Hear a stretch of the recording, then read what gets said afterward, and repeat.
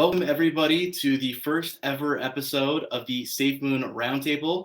We are going to be starting this off with a great group of guys. It's going to be an awesome conversation where we can come together, talk about current events with SafeMoon, introduce SafeMoon to new users, and of course, answer community questions. So joining me tonight is a great group of people. I'll let them introduce themselves here one by one, starting off right here with RJ here. What's going on, guys? What's up, Generation? How are you, man? Good. How are you? Going well. Thank you so much. Thanks for having this. This is super exciting. This, like you said, this is the first episode, but I've been a small content creator. I started talking about SafeMoon about, I believe it was June 7th. And so I didn't think it'd ever get to where it is right now. But again, I just love talking about SafeMoon. So love having a outlet and a platform to share it with a bunch of people. So. Well, I'm glad to have you on board and welcoming in to join in on the conversation. So thank you. This is exciting. Of course. Yeah. And next up here, we have Moonboy coming in the stream.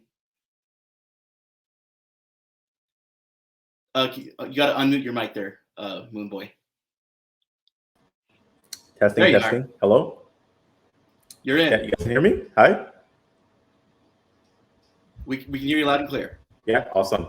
Hey, what's up? Yeah, I don't have a great background like my homies over here, but this is awesome. This is a really cool idea, and thank you for bringing together the Avengers. We're here to represent SafeMoon. We're here to represent the dream, the ideas, and a little bit about me. I think my channel I created on the 2nd of May, I believe, and I was a big fan of SafeMoon Michael, big fan of SafeMoon Mark, and I got very inspired by those guys. And I've known about crypto since about 2016, but I made my first investment last year, right before the bull market popped off. And yeah, I'm excited. I love SafeMoon. I'm a massive fan, and very happy to be here. Thank you. Yeah, thank you for coming on board. And next up, we have Crypto Control. You can unmute your mic there, Crypto Control. Hey, what's up, guys? Thanks for having me. Sorry, I didn't realize we were doing video tonight, and I haven't really shown my face on this channel, so I'll just stick with this for now. But you're totally fine. Thank you for coming on board. If you want to change your image, I believe you can down there if you want to show your logo there so people can recognize your channel with the voice. You're welcome to do that. But yeah, glad for having you on board, and you don't have to show your face if you don't want to. So totally fine with just the logo for now if that works for you. All right, cool. Awesome. Okay. And next up here, we have Adam joining in. What up? What's the deal, everybody? Awesome. Thank you for coming in, Adam, and joining in. I'm going to get in the next guest here. We've got SafeMoon Tim coming on board. You got to unmute your mic, Tim. Sorry, I'm still getting used to all this stuff. No, you're totally fine. Welcome aboard. How's it going? Good. How are you? Oh, living the dream. Well, good. Well, we're supposed to have one more guest on today. Looks like he's running a little bit behind, so hopefully we'll have Joe coming on board here later tonight. When he sees the stream is on, I let him know. So hopefully we'll hear from him. But for now, we'll just get started with the six of us that are on here now. Thank you guys all for joining in and participating in the live stream today. I figured that it's called a roundtable for a reason, and it's because all of us are equal.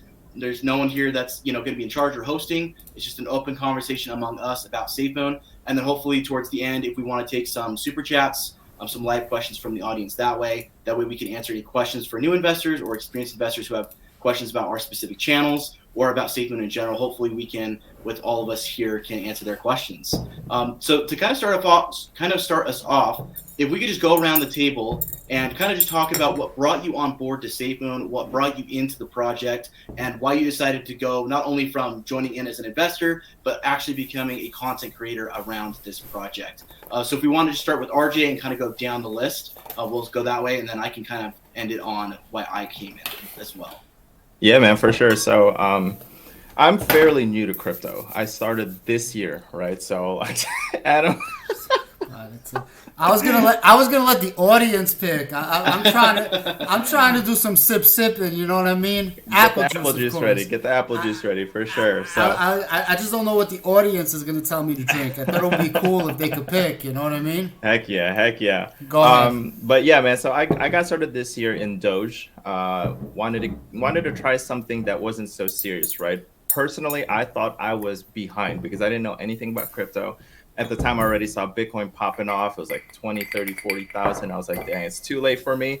So I want to get my foot in the door. So started with Doge and really started to get really more involved into it. And then all of a sudden, sometime during work, I honestly forgot how, but I saw SafeMoon and I took a look into it. And then ever since then, I did some research. It kind of snowballed, and then bought my first couple of tokens, told everyone in my network about it, right? Told all my friends, told all my coworkers, told all my family. Of course, just like everyone else, some took it and ran with it, and some was kind of like, oh, I don't know about that, right? But then I started talking about it to everyone, including my girlfriend, all the time. I was like, listen, babe, listen, SafeMoon, SafeMoon, SafeMoon, SafeMoon. And so she was like, listen, I love you, I truly do, but you need a better outlet. You need a better outlet other than me, right? Other people that can, relate and connect with you. And so I started the channel. I've had the channel before, but I was kind of just talking about like travel and all these things. But I started using SafeMoon and YouTube to really just use it as a healthy outlet to talk about SafeMoon. And I never thought it would be where it is right now. The SafeMoon community is awesome, and the rest is history. Well, awesome. Thank you for your contribution. And Moonboy, do you want to go ahead and go on your kind of experience in joining on to SafeMoon and kind of what brought you to it and then brought you to become a content creator around the project? Yeah, for sure. Like I said, I got introduced to crypto back in 2015. I did not buy. I am kicking myself in the ass. I think Bitcoin was, Jesus, $1,000 or something. I didn't buy, I know. And I saw the entire 2016, 2017 bull run. I didn't buy. I'm just watching the market like a clown, and I don't know. But I've known about crypto for a while. My first investment was last year, and I bought into Cardano a little under 19 cents. And I think I picked up 20 or 30,000 tokens at the time. And yeah, I started with Cardano. I heard a lot of stuff about Cardano, and it's going up or whatever. And as I got more into crypto, looking on the market for better opportunities, a friend introduced me to SafeMoon, and at first I was like, SafeMoon, what is that? I don't want to buy SafeMoon. I don't want to buy meme coins. I didn't even want to buy Doge. I was against Doge, and I was just like a blue chip guy. Ethereum and Cardano. I had like 5 Ethereum, and I sold all of it for SafeMoon and other projects. So I just went all in when I understood the potential and the idea of SafeMoon and what it possibly can create. And like I said earlier, SafeMoon Mark, he definitely kind of painted the picture for me to get better understanding in regards to where this thing could go. And that flipped me bullish right away. So I just went all in. I probably took 80% of all my coins and just put the majority of that into SafeMoon. And content creation, I've actually been a YouTuber for quite a few years, but on other channels. But crypto, a friend of mine was like, oh, you do this YouTube thing, you might as well, do crypto. You talk about it all the time. Stop talking to me, talk to someone else. Kind of like RJ.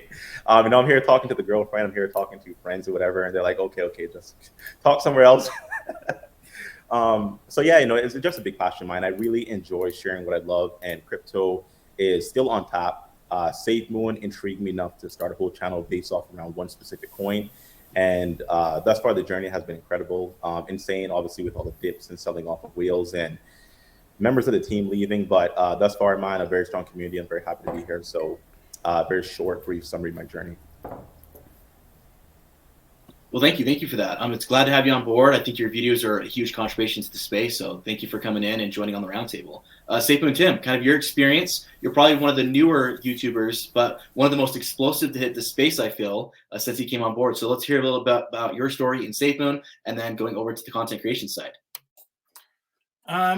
Yeah, I got into SafeMoon. I tried to get in right around my birthday, which is on April 15th.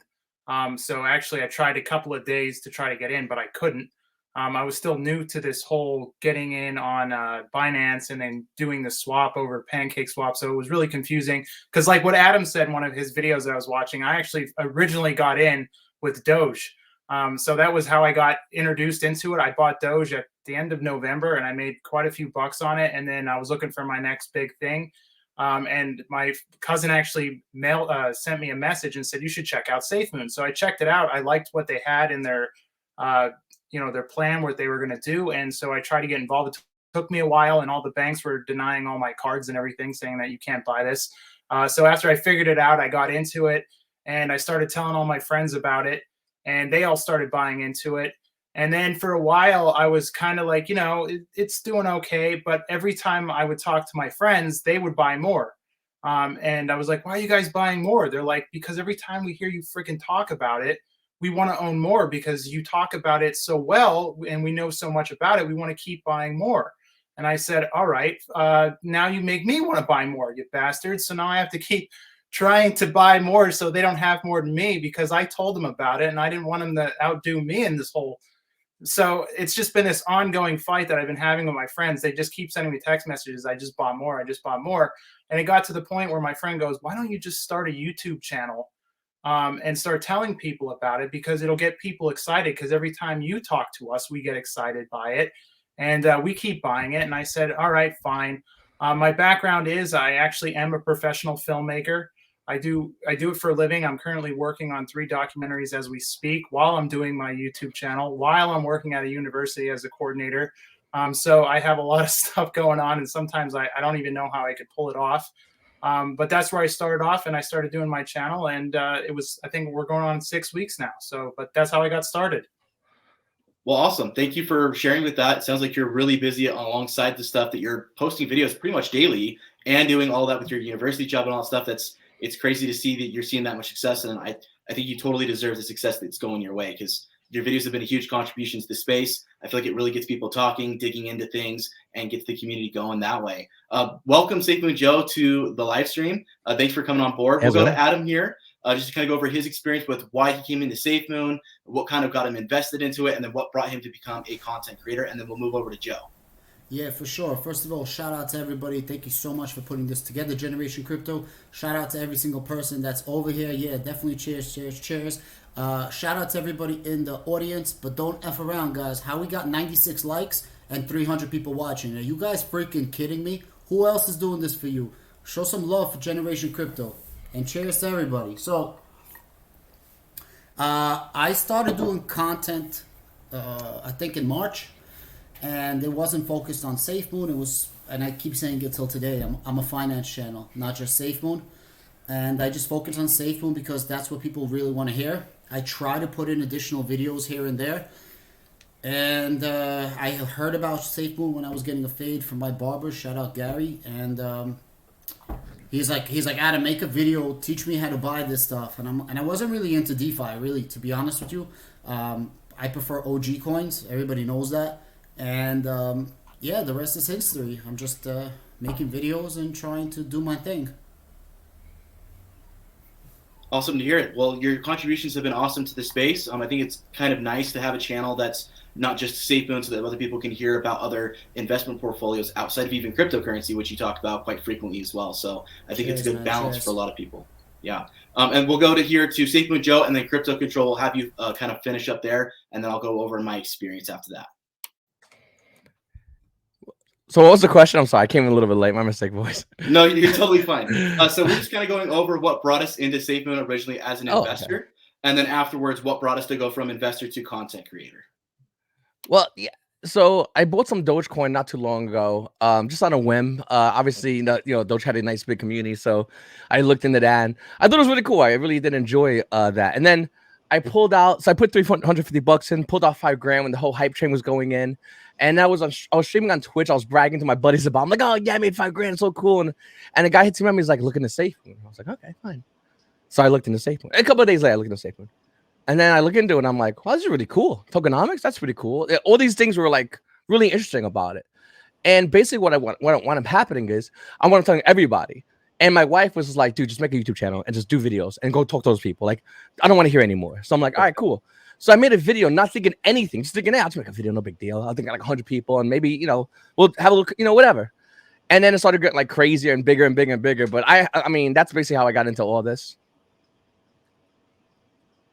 Well, we love your contributions to the space. Sorry, I had to unmute myself there. We love your contributions to the space. I think you have been a massive impact on not only the SafeMoon community, but on the development team and everything. So I feel like you don't really see SafeMoon without seeing SafeMoon Joe right there with his videos talking about the project and hyping people up. Even on the dips, when people are panicking, I feel like they go to you as the kind of their hype man to get them excited and to prevent them from selling their back. So it's awesome to see you and your contributions to the space. So it's awesome to have you here on the channel.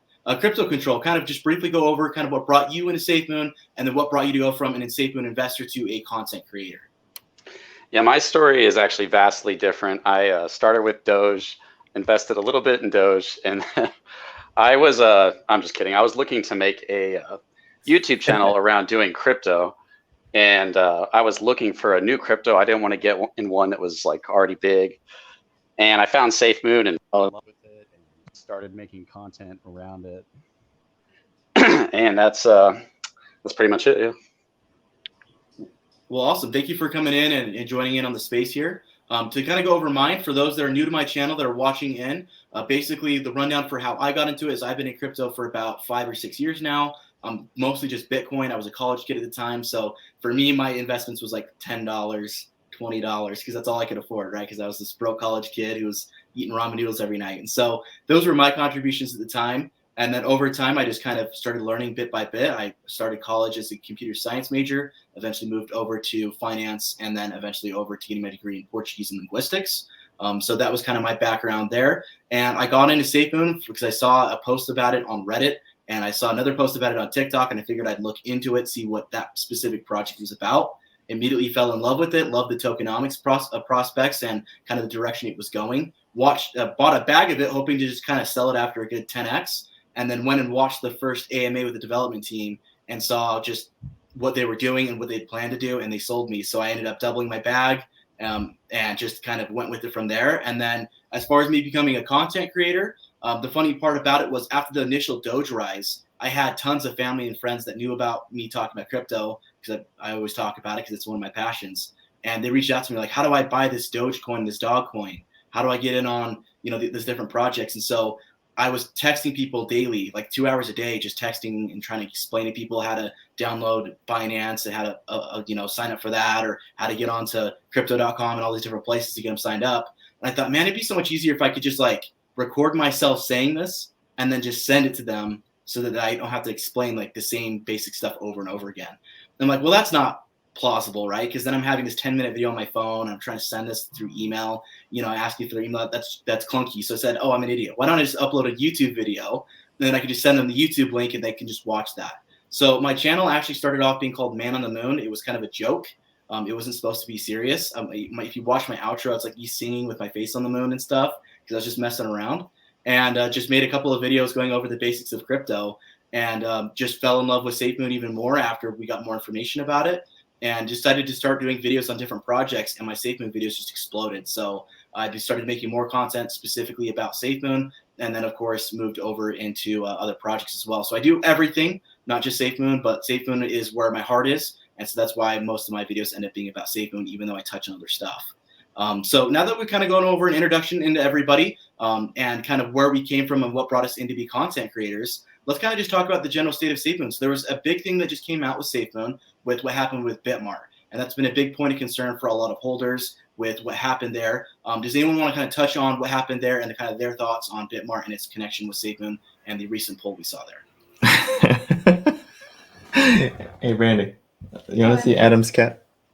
Adam, my girlfriend really loves your hairless cat. Like, she absolutely loves it. Anyway, sorry. She's like looking at it. Anyways, I ADD'd hardcore. So first and foremost, let's all take a moment and respect how our AMAs go versus how Bitmart's AMAs go. Yeah, that's all I'm gonna say to that. I have a great question that we could start off on if nobody has anything. Go for it, man. Go for it. All right, cool. So there's a debate going back and forth, especially after this hack of DeFi against centralized exchanges, and centralized exchanges suck, and it's the worst thing in the world, and Adam, you're an idiot, you don't know anything for ever putting your money on an exchange. Fantastic. I counter this to everybody, and I would say that 90% of the people that got into SafeMoon somehow got into Dogecoin, right? Or 80%, let's say. Of that percentage, 90% bought it on centralized exchange. I don't know a single person that bought Dogecoin decentralized. So out of everybody that said they bought Dogecoin, raise your hand if you bought it on an exchange somehow or another. Right? Everybody. There you go. Fantastic. So is it fair to say that if central exchanges were not around, you guys wouldn't have channels because you would have never bought Doge, you would have never bought nothing, right? Like, or is it fair to say you guys wouldn't even get into crypto? Or not you guys, like in general, like is it fair to say that? So that's a fair statement. Yeah. Yeah, and a lot of people are like clowning centralized exchanges, and they're like, oh, they suck and this and that, and they have no place.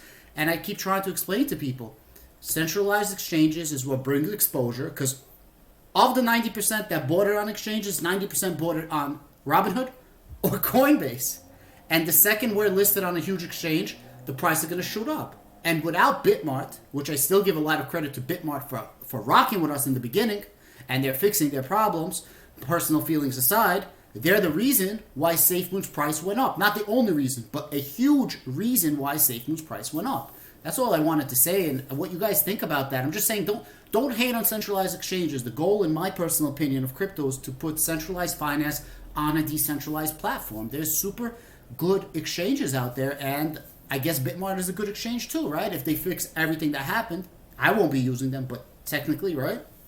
What do you guys think? You have to talk about as well the ease of buying crypto on a centralized exchange. I mean, it's not easy to navigate PancakeSwap indexes and, download MetaMask and what is this Trust Wallet thing and, to connect to dApps. And it's not straightforward. You need to kind of have a bit of knowledge, and you need to kind of watch a couple tutorials versus, yes, downloading a Coinbase or crypto.com. I mean, okay, like, yeah, my username, password, my KYC stuff. Like, it's very straightforward. So I don't think centralized exchanges are going to be going anywhere, because it is the easiest way to onboard new holders of tokens. My first token, Cardano, I bought on crypto.com. And, it was a very straightforward process. But, to your point, yes, to somehow bridge centralized exchanges in a decentralized way would probably be the future. Because the good saying, I mean, not your keys, not your crypto. If you don't technically have the keys to the wallet, then you don't really own that crypto, which, we saw the effect of that when it came to the Bitmart hack. Yeah, I was going to say that centralized exchanges definitely have a purpose and a place, and I feel like for the beginner, it's a much easier platform. I remember when I got into cryptocurrency 5 or 6 years ago, there was really a very limited amount of options when it came to apps and things to buy crypto, and they were very clunky. They didn't work very well. I remember that was back in the day, was Coinbase was really the only good option for an app that you could buy crypto on, and it was super clunky. It was hard to use. I had to look up videos online of even how to function that app and make it work.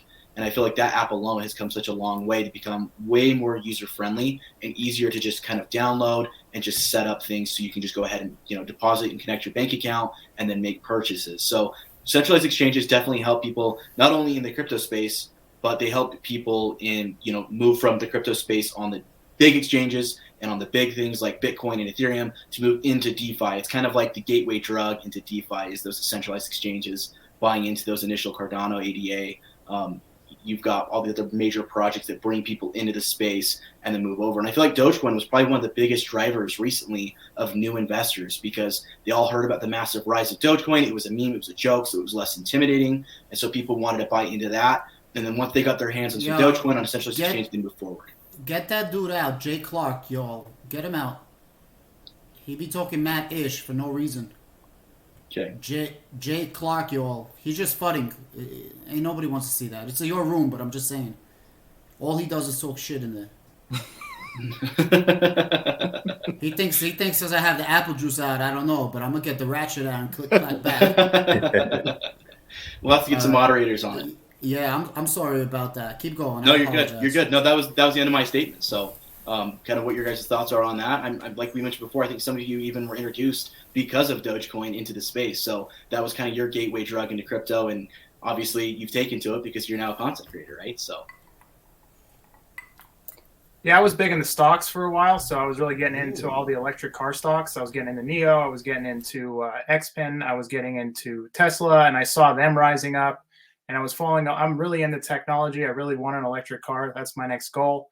And so I saw Elon Musk. I knew he was talking about crypto before he even mentioned Doge, and I saw that they listed it on Robinhood, and I was like, man, this is so cheap. Let me just throw in a few $100 into it and see if anything happens. And at the end of December, it just shot up. So I really do like centralized exchanges because the ease of purchasing it. I think it actually is good in a way. I know it's bad because it can get hacked and they can lose it. But I mean, look at how Bitmart came up and said, you know what, we're going to make sure no one loses anything. We're going to take care of everything. I like your cat touching your chest. That's pretty cool. So, but yeah, I mean, I think they're important. I know a lot of people are scared of, you know, because of what happened at Bitmart, but they're taking care of their people. They're making sure that they're all taken care of. But you know what? People get robbed even on DeFi. You know, they get tricked into giving out their seed phrases, and then their wallets are empty. And there is no one to back you up when you make a mistake like that and you give out your seed phrase. So in a way, central exchanges are good. So don't always look at them in a negative light. I think there is a place for them, just like everything. But you know, use a combination between central exchanges, decentralized exchanges, and cold wallets, and I think you'll be a lot safer. Yeah, I just want to say centralized exchanges are, I mean, it's a gateway for a lot of people to get involved in crypto. And I think the most important thing about anyone in crypto is it's hard, it's confusing, and people just right there just put the wall up. But if there's an easier way to get involved, then that's the way for everybody to go, okay, now I'm in the door. What's DeFi? What's tokenomics? What's all this stuff? And if they could get in the door, that's all we really need. So, I mean, the more easier it is, I think the better for everybody to walk in. The minute they're in, then we can, you know, those individuals can now break down what they want to do and why, what they want to look into. So I do definitely think they have a huge purpose, at least just for getting people even in the door. So that's really my, I think that's really my, my thoughts on them. I think they're really, really important for even just showing people what it could be, because like I said, it's not easy looking at the crypto. You know, when you had to buy Bitcoin years ago, it was a pain. And now it's infinitely easier by creating something as simple as an account and just, you know, hopefully getting your debit card through MoonPay and Simplex in order to figure out which crypto you want to buy. It's a lot more better than it was before. And hopefully as time goes on, it gets better and easier. Because the minute it's simple and easy to use, everyone can use it. I mean, it's like the iPhone. iPhone does so much stuff, but it's easy. Anyone can pick it up. Kids can pick it up and use it. But yet people can create apps using, you know, this kind of technology. So I think it's really important for that. I think any exchange needs to focus on that. 100% agree with that. Like you said, it's that gateway drug for a lot of people because crypto is infinitely complex. And I feel like it's, for someone who's been in crypto for a while, I'm like, it's not that complex. And then you go to explain it to someone who knows absolutely nothing, right? They don't know the lingo, they don't know anything. And it's like, yeah, so blockchain. They're like, what's a blockchain? And you're like, oh, like we got to go from like round one on like everything about what this is. And so it's already a large learning curve to just get into cryptocurrency, let alone now that you kind of know the basics of what it is, now I have to go through and like basically fight through how to even buy this, which is a big kind of barrier for a lot of people to even want to hop in. So these centralized exchanges make it so much simpler for people to hop in, get a little bit of a feel for the space, understand it a little bit better on those larger market cap coins. And then once they got that feel, then they can move over into DEXs and learn how to get on Trust Wallet, MetaMask, you know, our SafeMoon wallet and these other places once they've had a little bit of a taste of how to get in and buy some Bitcoin and other stuff. Because if you go to someone, you're like, yeah, I know nothing about crypto, but you need to go buy this token because it's on this chain. And then you need to go ahead and swap it for this token because it lives on that chain. They're like, I don't know what a chain is. I don't know what swap is. I don't know what any of this is. And so this is confusing. And I know I don't want to do it anymore. And so I feel like it's a big barrier for entry for a lot of people, especially people that are, you know, of the older generation who are already not as tech savvy. And you want to tell these people now that they're going to buy these, what they call imaginary coins, because they don't understand how they function and work. And so when you say that, and then you give them all these complicated ways of how they need to purchase, it's a big turnoff for a lot of people.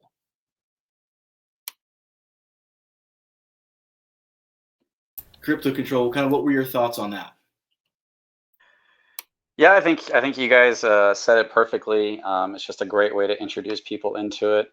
And another great thing about it is that, you know, a lot of the centralized exchanges will try to make sure you get your money back, where if that happens in DeFi, for the most part, you're never going to see that money again. There's only like one project I know of where like they're making an effort to try to pay people back for a hack that happened. So.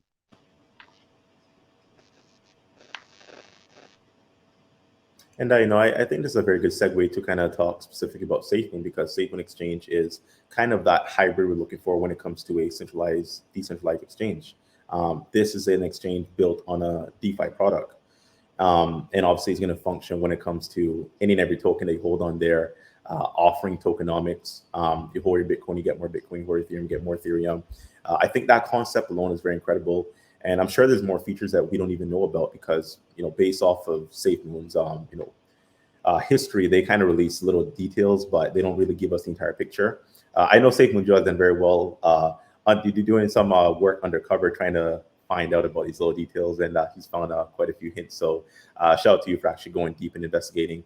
But yeah, I'm very excited for the exchange, because I feel like it's going to bring a different opportunity and experience for the market. And people who like me, I don't hold anything on a centralized exchange, nothing. Everything is on decentralized wallets or staking or on a dApp somewhere, right? And, if I could have an exchange that does what I need it to do, and with SafeMoon security, it's really going to, in my opinion, change the centralized space, because now you have, two of the best worlds, right? DeFi, decentralized finance and everything. And then you have decentralized exchanges, bringing that together into one platform. I think it's gonna be incredible. I 100% agree, and that's kind of something we actually haven't touched on yet, is how is the SafeMoon exchange going to impact SafeMoon specifically? Because we talked about how centralized exchanges have a major impact in bringing people on board, but how do you guys feel the SafeMoon exchange is going to do as far as the SafeMoon project and bringing people into that project? I mean, I think it's going to bring a ton of people on. I mean, just the thought of tokenomics and cryptonomics on an exchange, I mean, people are going to go nuts over it. Knowing that they can hold something that typically you wouldn't gain more somewhere else unless you staked it, I think it's going to just change the way the game is played. I think everyone's going to start jumping onto this, unless it's something patented that no one else can take right now. I think it's really going to blow up. I think it's going to be the one spot that everyone's going to go to, just because that whole idea is so big compared to any other exchange. And I think that's why I'm so excited about it. And I think a lot of people that are holding SafeMoon right now, they know that as well. So they're all excited about it. And I know we want the developers to get it out as soon as possible, because we want to see that, money come cha-chinging in. But we got to make sure when they deliver it right. It doesn't have security flaws that no one's going to get in and steal your money. We want to make sure that it is, done right, has easy to navigate, easy to set up, and it's really secure. And I think it's going to be huge. And I don't know about you guys, but I think it's going to be the number one exchange very shortly after release. I agree. Number one. 100%. And before we get to the exchange, though, we're looking at V2 releasing sometime this year, which, with it being this year, we've got just a few minutes left. Right? Bro, that sounds so bad. Sometime this year.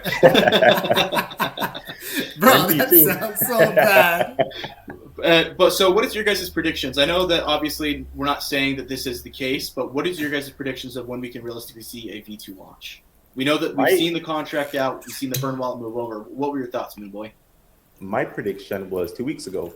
So, and also we're here, it's not out. So I have no idea. I've kind of heard that, going back to Bitmart, Bitmart would probably wait before giving the SafeMoon funds back after V2. I don't know if that's true or not, but that's kind of what I've been hearing. We have one more SafeMoon Sunday before the end of the year, which is actually this Sunday coming now. It would be bullish to drop it Saturday. It would be, based off what we know is done. We can actually see the contract on the BSC scan, so we know it's there, we know it's available, we know it's been deployed. They say everything is done, everything is completed, the exchange is done, everything's for the most part completed, but it's that migration process of actually consolidating your tokens over, and that UI fix that's going to be in the SafeMoon wallet as well as the website as well when you connect to your dApp. So I guess it's just right now there's working on a little final tuning, but I would love this weekend. I think next week, but I hope Saturday before the DMA. That'll be awesome. What are your thoughts, Joe? What do you think when V2 we'll see a launch of V2 here? As soon as possible. If it happens right now, I think they just slap that update right now. Like I don't think they can afford to wait any longer. If they have it available right now, I mean, strategically, Saturday is the best. Strategically, it's 100% the best, because then you got the hype, everyone's excited, and you go right into SafeMoon Sunday. I mean, that's really like great timing. But I think the SafeMoon team, if I had to guess, they want to get out as fast as possible, because it's like it's like a pot filled with water boiling up. Like everyone's freaking, everyone wants it, and every single day, everyone wants it's like today, every single day. And that's been going on for weeks, for months. So I think the second they have a chance to just release it, I think they should. I think it's smart to release it. Obviously, give a couple of updates. Make them check out Cat's Russ's educational, where he can explain it more in detail. And then say on Sunday we'll go over everything and give you guys a heads up on all that. But I think that the sooner the better. And right now it sounds pretty good to me. I think it's as soon as they can do it, just launch it out there.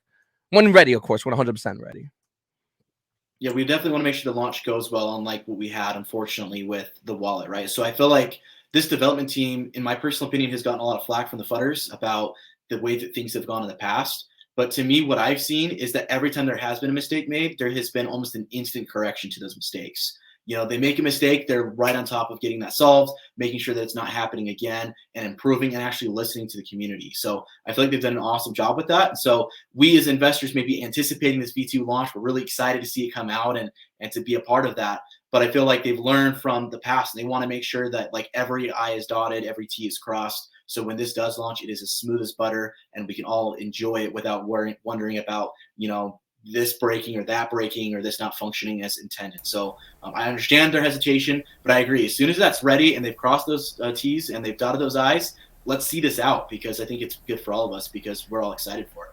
It's nice that they're going to release it when there's actually an uptrend, a little bit of a bull market, because I feel like if the market is going up, SafeMoon is going down. If the market is going down, SafeMoon is going down. It's just like, this is like SafeMoon is like this and whoop, and then it's like whoop, whoop. And it's like every time we have a momentum, the momentum gets stifled somehow. Somehow our momentum stops. So it'll be really cool to put something out when we actually have momentum with the rest of the crypto market. So I'm thankful for that. One of the things the chat's bringing up is the backpack. I don't know if you guys remember this a while ago. This would have been, was this 2 months ago? We got the backpack with the goodies on it. Yep, and we got 12. I think it was 12.9. I looked earlier today. 12.9, yeah, it is. Yeah, 12.9, and that is 2 days from now. So, what do you guys think? Do you think that whatever that was has been moved because of all the other delays that we saw, or do you guys feel like maybe that is the launch of the V2? I think they might be doing it on Christmas. I mean, they did say they were wrapping it for us. So it was that a hint saying we're going to give it to you on Christmas? We're wrapping your gift. I don't know, because I always look into stuff like that. Did they word it like that on purpose, that they're going to give us a little Christmas present? Is that what they're planning on doing? I hope they deliver it on the 9th, but I know there is a rocket launch on the 9th, a SpaceX rocket going up. Maybe that has something to do with it. We do know that 1958 was the same year that they released the first satellite in the U.S., so that might have something to do with the rocket launch and the satellite. But if they do release it on the 9th, that's a hell of a, you know, they plan that well out in advance. And I know they said they don't like to give out dates, but they did say we're wrapping it for you. And if they give it to us on Christmas, they better put a friggin' bow on it, you know. So because I don't like unwrapping a gift without a bow. So I hope it's pretty when we get it. They're, in my opinion, they're definitely spinning this and doing damage control. So whenever the day is going to come out, that was not the actual day. So they could either play it off and be like, oh, we always plan to do 12.9, look at the backpack. No, because they're going to control the narrative. Christmas also wasn't the day. Every day they're going to put it out, they're going to say, you see, this is what we were planning. But that's not a fact. And I think everybody knows that. But I'll play the narrative. If it comes out, I'll play the narrative anyways. Well, perfect. Don't ever speak at once. Well, kind of moving over to another topic here for you guys, just looking at what the chat's saying here. If you were to go to somebody that was totally new to crypto, they just became an early investor, they just joined in on the project, into Dogecoin or what have you, what would be your selling point as a content creator, as an investor in SafeMoon, to get people into this project? I always tell people tokenomics, man. Even though everyone knows here that SafeMoon wasn't the original, but they are the ones that really got it going publicly and stuff like that. But I always show people tokenomics. The longer you hold, the more you have. And that's why that was a big feature that I really wanted in the wallet, was because it's so easy to show people, right? Hey, look how much tokens I've gotten just for holding SafeMoon. And people are going to be like, wait, what? And then you can kind of segue that into something like, but then we're about to release our own exchange, which will have cryptonomics, right? So you're going to have all the tokens, all the coins that you want, put it in that exchange, and you're going to get reflections off of it. I'm still really interested to see how this technology is going to work. That's all I'm interested in. How are we going to get more Bitcoin for holding Bitcoin in there? How are we going to get more Ethereum for holding Ethereum in there? So I'm really, really interested. This chat literally cracks me up, man. Who's gonna sacrifice 5 or 10% of their taxes on this panel to put in their money? For what? You have 100,000 in Bitcoin right now. Okay. You put it into the exchange and lose 5 to 10%? Honestly. I know my answer. Be honest. Am I going to put it? Not right away. Not right away. I need to see it, right? But if it performs, absolutely, I'll dump my Bitcoin in there. So you're willing to take a 5 to 10% loss on your Bitcoin? If it's going to outperform it in the long run, absolutely. But how would you ever know that? Okay, so you're talking out of 100 G's, I'm going to take a $10,000 cut. Yes. In hopes. So if you're an early adopter, right? Devil's advocate. If you put it in, so if you wait, let's say a year to see if it's going to work, the people that put it in the beginning are going to be getting your cryptonomics, right? Off of the Bitcoin you just put in. But if you get in early and take a chance, right? Same like SafeMoon, then whoever's buying for the next year, you're going to beat that 10%, right? So you need to get in as early as possible to outwin that 10%, right? Yeah, for sure. I don't know. That's a tough call. That's a lot of money. $10,000 of Bitcoin is definitely a lot of money. or whatever number you have, whether you, let's say your whole bag, whether you have 1,000, 10,000, $1 million, 100 grand, I don't know, man. Taking a 10% shave is or 5% shave, it's Moonboy, are you gonna invest your $874,000 Cardano fortune into the crypto? Look, he's like this fucking idiot. That's 900,000. So go fuck yourself. No, I mean, just like RG, I'm very interested to see how it functions and how they pay you more Bitcoin by holding. Is it actually the fact that they turn every token into a tax transaction token? Does that transfer incur a 5 to 10%? We don't even know if that's facts right there. Yeah, we don't know what it is right now, right? Yeah. I don't think they're just going to be like, boom, here comes the exchange. Whatever you hold, you get more cryptonomics. I'm pretty sure they're going to release a lot of metrics, a lot of analytics along with it. Like for holding Bitcoin or for holding anything, you get 1 to 2% X amount of time, right? And then that'll give us a better outlook and a better picture of whether or not it is worth it to put in the 10%. But I don't think it's going to be like blind shades like, hey, I'm going to put it in here. We haven't seen anything. They released exchange. I don't know if it's going to work or not. I think they're going to definitely release a lot of information on it. They're going to release a lot of information on cryptonomics, especially since we have the patent on it. And so, it'll give us a better idea and a better lay of the land, right? When they give us information on cryptonomics. As of right now, it's all speculation. If you're like, listen, RJ, if you're Adam, if I told you 100 G's into the SafeMoon exchange, we don't know what the heck it yields. Are you going to do it? It's tough to say, right? Absolutely. I have no idea. But in theory, right, and it's all speculation, in theory, the more people that use the exchange of that specific asset that you have, whether it's whatever crypto you have, that's how you're going to end up getting more tokenomics. So like, let's say you're the first person to put in that Bitcoin and nobody ever puts in that Bitcoin after you. So that means that you asked out on your first 10% or 5% or whatever number that is. However, if you put it in right away and everybody starts dumping in their Bitcoin in there, then you golden. You doubling up. You know what I mean? That 10% is nothing. That's what I'm saying. It's all speculation. What if instead of taxing every single coin, it's based off of the trading volume and it's based off of the trading fees? Maybe they're going to have mechanics in place to where when you swap specific Bitcoin or whatever you want to do, swap your BNB pairing to Bitcoin, the tax fee or the trading fee that's involved there, does a portion that go back towards holders. And if you have a bunch of swapping every single day between other assets to Bitcoin or Ethereum, that can be a lot of profit for a lot of people. So it could be based off of centralized trading fees or maybe SafeMoon itself, maybe portions of our tokenomics go towards the overall exchange.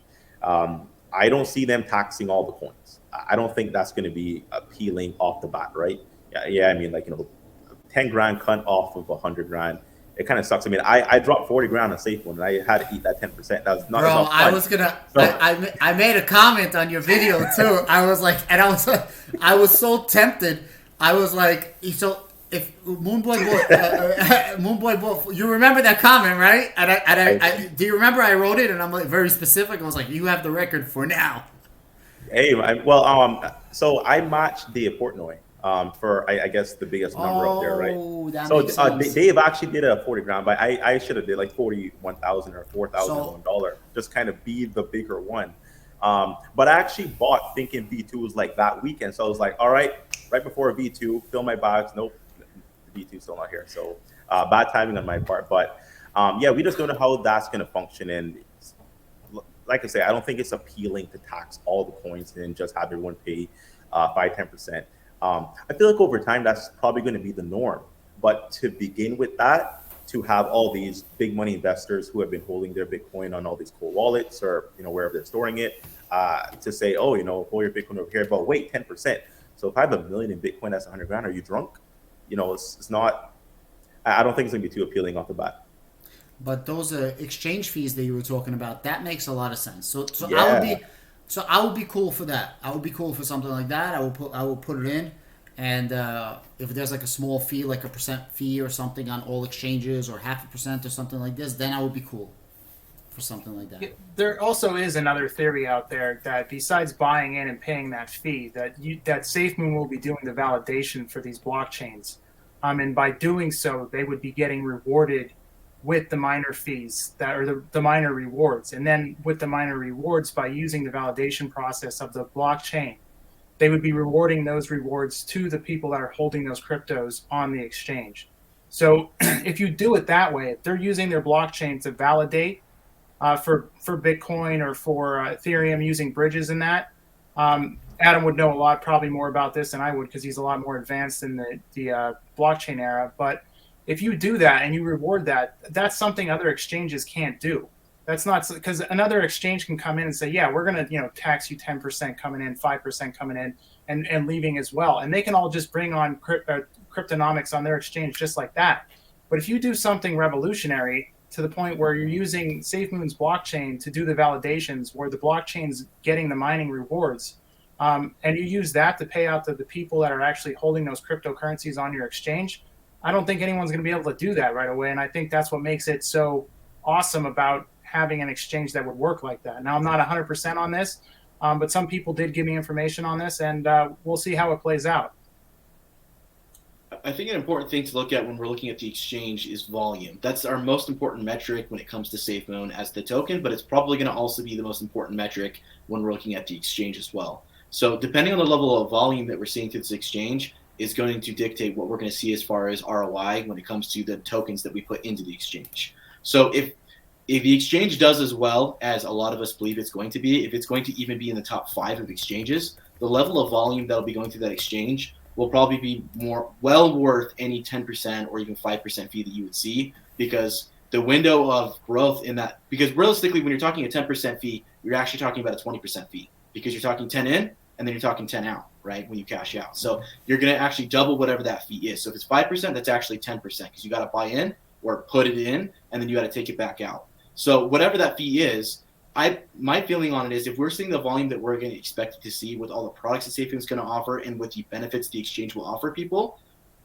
we're going to see a lot of volume, because the early people that get in, more people will hear about it, they'll get in, and then that will pay those people. And then when those people feel like they've hit an adequate level that they want to cash out, whether it's because we see a massive spike in the price of that coin or token, or because they've seen enough growth from the cryptonomics that the exchange provides and they want to pull back out, then that's going to basically benefit the next level of people that came in after them. So as the people are cashing out, the new people are moving in, and there's just going to be a cycle. So it's going to be dictated a lot upon, in my opinion, the volume we see throughout the exchange, and not necessarily the fees and other things there. So I feel like in the long run, it's going to pay out. The question is, how long does it take for it to pay out, right? So if volume's super low, then yeah, that might take 3 or 5 years before you're going to ever see enough return to even make that worth it.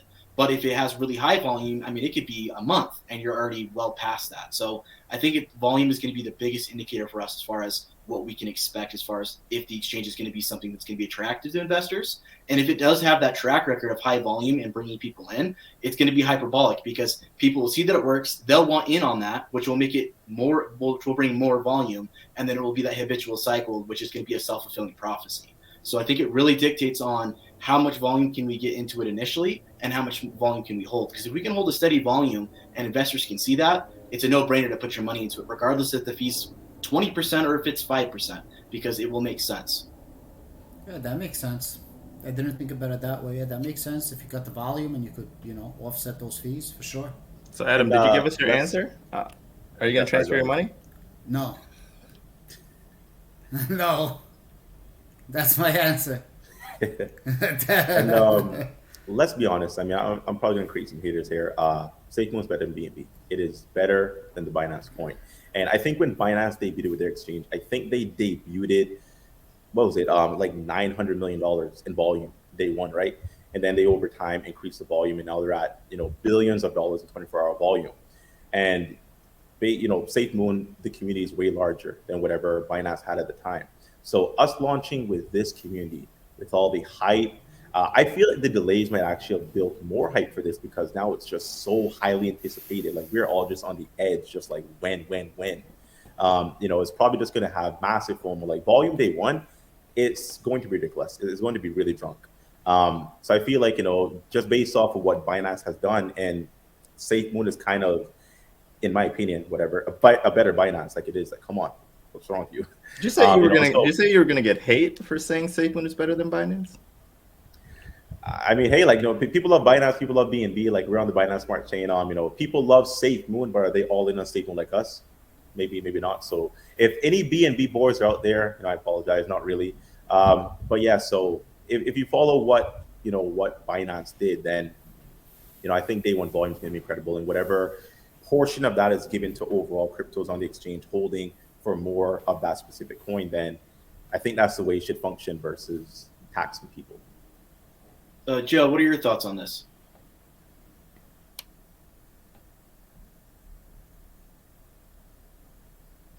I was trying to unmute myself, my keyboard wasn't working.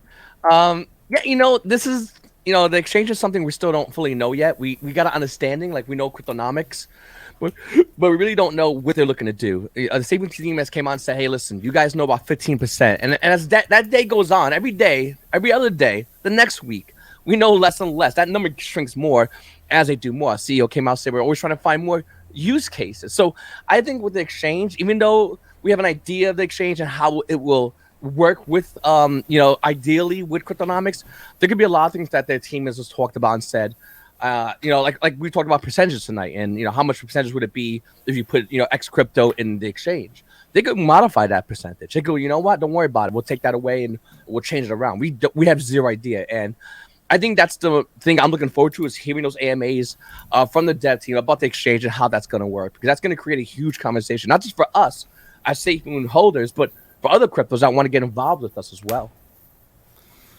In terms of Binance, like you said, Binance was fantastic for what it was, right? Just like Ethereum was fantastic for what it was. When Ethereum came out, it was revolutionary. Binance came out like a second Ethereum, right? But in terms of actual blockchain capabilities, Binance is just okay. It's just okay. The transactions per second is decent, but for real world utility, Binance can't compete with some of the better technologies out there, like a Solana or a Algorand. So it'll be really cool, as you said, Moonboy. It'll be really cool to see what we're gonna get. It seems interesting, and I know a lot of people are saying this 3,000 transactions per second. That's not happening. It's not going to be. It's 3,000 transactions for the exchange, is what Papa was saying. I don't think people understand, and 3,000 transactions per second would make us the greatest blockchain in the world. It's not happening. It's not like people have billion-dollar teams with all-star everybody, and they're not coming up with that. So that would be, and I hope I'm wrong, but if we get even a third of that, if we get 500 transactions per second, 1,000 transactions per second, we'll be top-notch. Binance is like 100, if I'm not mistaken. SafeMoon said 3,000 transactions simultaneously, so faster than a second, because within a second there's still time, right? So based off of simultaneously, I mean, you would think that they can actually cover quite a bit of transactions. But he wasn't talking about beyond blockchain. The 3,000. He was talking about he was talking about the exchange. Papa said exchange, not so. let's remove exchange is one thing. That's fine. I don't care about that. That's irrelevant. 3,000 is needed. That just means you can cover everybody using it. I'm talking about specifically the blockchain and how fast the blockchain is. So the only technology out there that can get over, multiple thousands and these crazy numbers theoretically of 5 digits and above is DAG technology, which Papa says we're not going to be doing DAG technology. And nobody really does. There's only a handful of projects that do, which doesn't mean we can't get a fantastic blockchain, but I don't see us getting 3,000 per second unless I'm completely lost. And a lot of people are swearing that's what he said. But then other people are like, no, he said the exchange can handle 3,000 transactions, the exchange, but not the blockchain. And I remember exchange too. What do you guys remember? I remember the 3,000 transactions simultaneously was on the exchange, but I could have a bad memory on that. As far as the blockchain goes, I don't know if there's been definitive statements on that, but if anyone on the panel knows about that, just correct me. I don't recall. Crypto Control, what are your thoughts on that? Well, I guess it's a kind of what I think about it is, kind of with any token or project is for them to, create something real that's actually useful and then to, promote it. So one thing, I guess kind of like what Joe was saying is a lot of it seems to be unknown. And it's a lot of guessing on what the percentage is going to be is, and maybe you guys can answer this because I'm not sure, but is it going to be that all the volume contributes to all the tokens that are on there so that even if you're holding like Bitcoin on the exchange, that the volume from SafeMoon on it will also contribute to buying reflections for the Bitcoin holders on the exchange?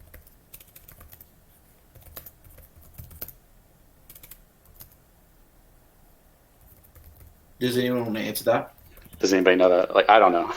Or is it like only if you get Bitcoin, only the people buying Bitcoin contributes to itself? I'm not sure. So yeah, so, I wasn't looking. So I was just doing a quick Reddit search. So the official thing was SafeMoon blockchain boasts 3,000 transactions simultaneously. SafeMoon devs are keen to point out that the blockchain will be capable of 3,000 simultaneous transactions, not per second. They also mentioned they will be pushing this number higher. So it's insane. So Crypto Control, just to make sure I understood what you were asking, you're asking about the exchange if the people that are going to receive basically reflections are just holders of that crypto. Is that what you're asking? Yeah, like I guess I just didn't know if we had anything official on that yet. I've been kind of out of the loop for the past 2 weeks, if anybody is aware of that. But yeah, I just didn't know, like, because it would be like, people can stake their, crypto. So it'd have to be like, it would have to be something that would draw people to say, oh, it's going to do better over there. And I would think that if it's all the volume possibly contributing to all the holders, no matter what token you're holding on that exchange, that'll contribute to that it might allow for kind of what Adam was talking about with people wanting to move their Bitcoin over because, they'll actually be gaining Bitcoin. So from what I understand with the cryptonomics, how that'll work is there's kind of two sectors there. So the first to address is it's going to be probably based upon the weight of the wallet, just like it is with the regular SafeMoon token of reflections. So I did a really big deep dive video on this, kind of really digging into how the reflections work on a mechanical level. And so it's completely dictated upon the weight of your wallet, and that's probably how they're going to work on the actual exchange. So if you hold Bitcoin, the weight of your wallet won't be measured against the broader market of Bitcoin, but against the Bitcoin within the exchange itself. So let's just say there's, a million Bitcoins that are, or that's a too high number, probably like 100,000 Bitcoin in the exchange. Then whatever percentage of that you hold will be the percentage of reflections you receive from the cryptonomics. So if you hold 0 Bitcoin in the exchange, you're not going to get reflections of Bitcoin because you don't hold anything. So therefore you don't get any percentage of those reflections. And so it'll probably be dictated completely upon your weight of your wallet or your bag inside the exchange itself for whichever project that you hold and the volume within the exchange for that specific project. So that's kind of how that would work. So it wouldn't be from the broader market, but it would be from within the exchange and then the weight of your wallet within that specific exchange. Yeah, from my perspective, and maybe somebody else can speak to this, but like that doesn't seem as appealing as if there was a way to take all the holders based on how much you hold on the exchange, based on all the volume on the exchange, and then buy everybody based on what they're holding on the exchange and redistribute it. But I feel like that's a lot more enticing, but I don't know what the official thing is. So. Yeah, I don't think we have an official word yet on it. So, I mean, that's my speculation just based on how tokenomics work with SafeMoon, and because that's basically how they function. So I would imagine that's how they would work it on the exchange, but we don't have any definitive word on that. If anyone else has heard anything or has talked to the development team about that or gotten any word from that, feel free to dispute it. But as far as I know, publicly, that's all that they've announced so far. Yeah, they've been pretty hush-hush about it. Well, perfect, guys. Do you guys want to move over to Super Chats? Yeah, let's do it. Awesome. Let's Awesome. do So it. here's the first Super Chat that we got today. It was by Mitch. He says, just a shrimp that enjoys all of these channels. So thank you, Mitch, for the $2 on that one. Let's go ahead and go through a few of these as I load them in. We got another one here from Satoshi SafeMoon Bet saying, let's support our YouTubers, guys. Smash the like and share in Twitter and Facebook, please. Appreciate it, brother. For the $5. Let's see. Give me 1 second to scroll through these here and get to the next one. We got one here from Dan. Yo, SafeMoon Tim needs to get with John on making that SafeMoon documentary. I can't take on another one. Too many. So, is your documentaries, are they crypto related, or are they totally like its own thing? Yeah, they're not crypto related at all. They are historical documentaries. There's some super rich guy that wants me to do like a doc. I probably shouldn't have said that, but I'm doing like a profile piece on one guy, and another one's for a historical society. Another one's on like a huge storm that wiped out the country in the 70s. Oh, geez. Okay. Well, Split the Wig says, what do you know? I'm sure that's a nod to SafeMoon Joe there. And let's take a look here at some other ones here that we got. If you guys have any questions in the chat, feel free to send them in on those super chats. We'll get those answered for you guys as well. We got one here from Mr. One Last Wish. Appreciate all of you putting out content every day for us. I want a Tesla too, LOL. Yeah, I'm working on it, buddy. We have to change the when Lambo to win Tesla because it seems everyone just wants a Tesla now. I mean, they are faster than Lambos. Let's be serious. They are. They're way better. From the great Gooch, SafeMoon Tim looks like he parties. I do party. Okay. I do. Let's take a look here. And we got another one. SafeMoon Tim, please show us that cat photo behind. I think you did show that before earlier in the stream. There it is. This is a painting my wife did. She painted this. This is what our cat looks like. That's awesome. Okay. And then I got another one here. Tim, that cat. Show us the cat. Everyone loves the cat for some reason. A lot of Tim love. Oh my God. There's another one back here. You might have to start selling those as NFTs. My wife just started painting. I'll just tell her that she needs to put them on my channel. Okay, another one from the Great Gook. Yes, that cat looks like he parties. Okay. So, let's go to Adam's cat. It's hairless. Okay, I don't have a cat to show off on stream, so I can't do that. So can't compete. I think we should all get cats for the next stream. Let's all have cats. Hell no. And then we just got a $1 donation here from Brand of Sport World. Thank you for the $1. Thanks for supporting us all here as content creators. Let's see, we've got another few of them here. Another one here. Hey, Joe, give us a what do you know? Slide it in. You know? Wow, that was sexy. That's for the ladies. Okay, we got another one here from, sorry if I mispronounce this, Giant. I don't know how to pronounce your name, man, but it says, hello, guys. Jim Crypto here. Thank you, Jim, for the donation. Okay, let's go through. We got a few more of these coming in. Thank you guys for these super chats. It means a lot. Another one here. SafeMoon Tim looks like he drives a Crown Vic. That's hilarious. I do. I have two of them, actually. There's a body in one of the trunks. Okay, and we got another one here from the Great Gooch again. Massive bong rip, whisper SafeMoon Tim intro. Jesus. Tim's getting all the love today on the channel. Yeah, guys, give everyone these other guys. Bro, Don't be mad on me. I'm new to the game. Come on. Tim, you deserve it. I'll say that.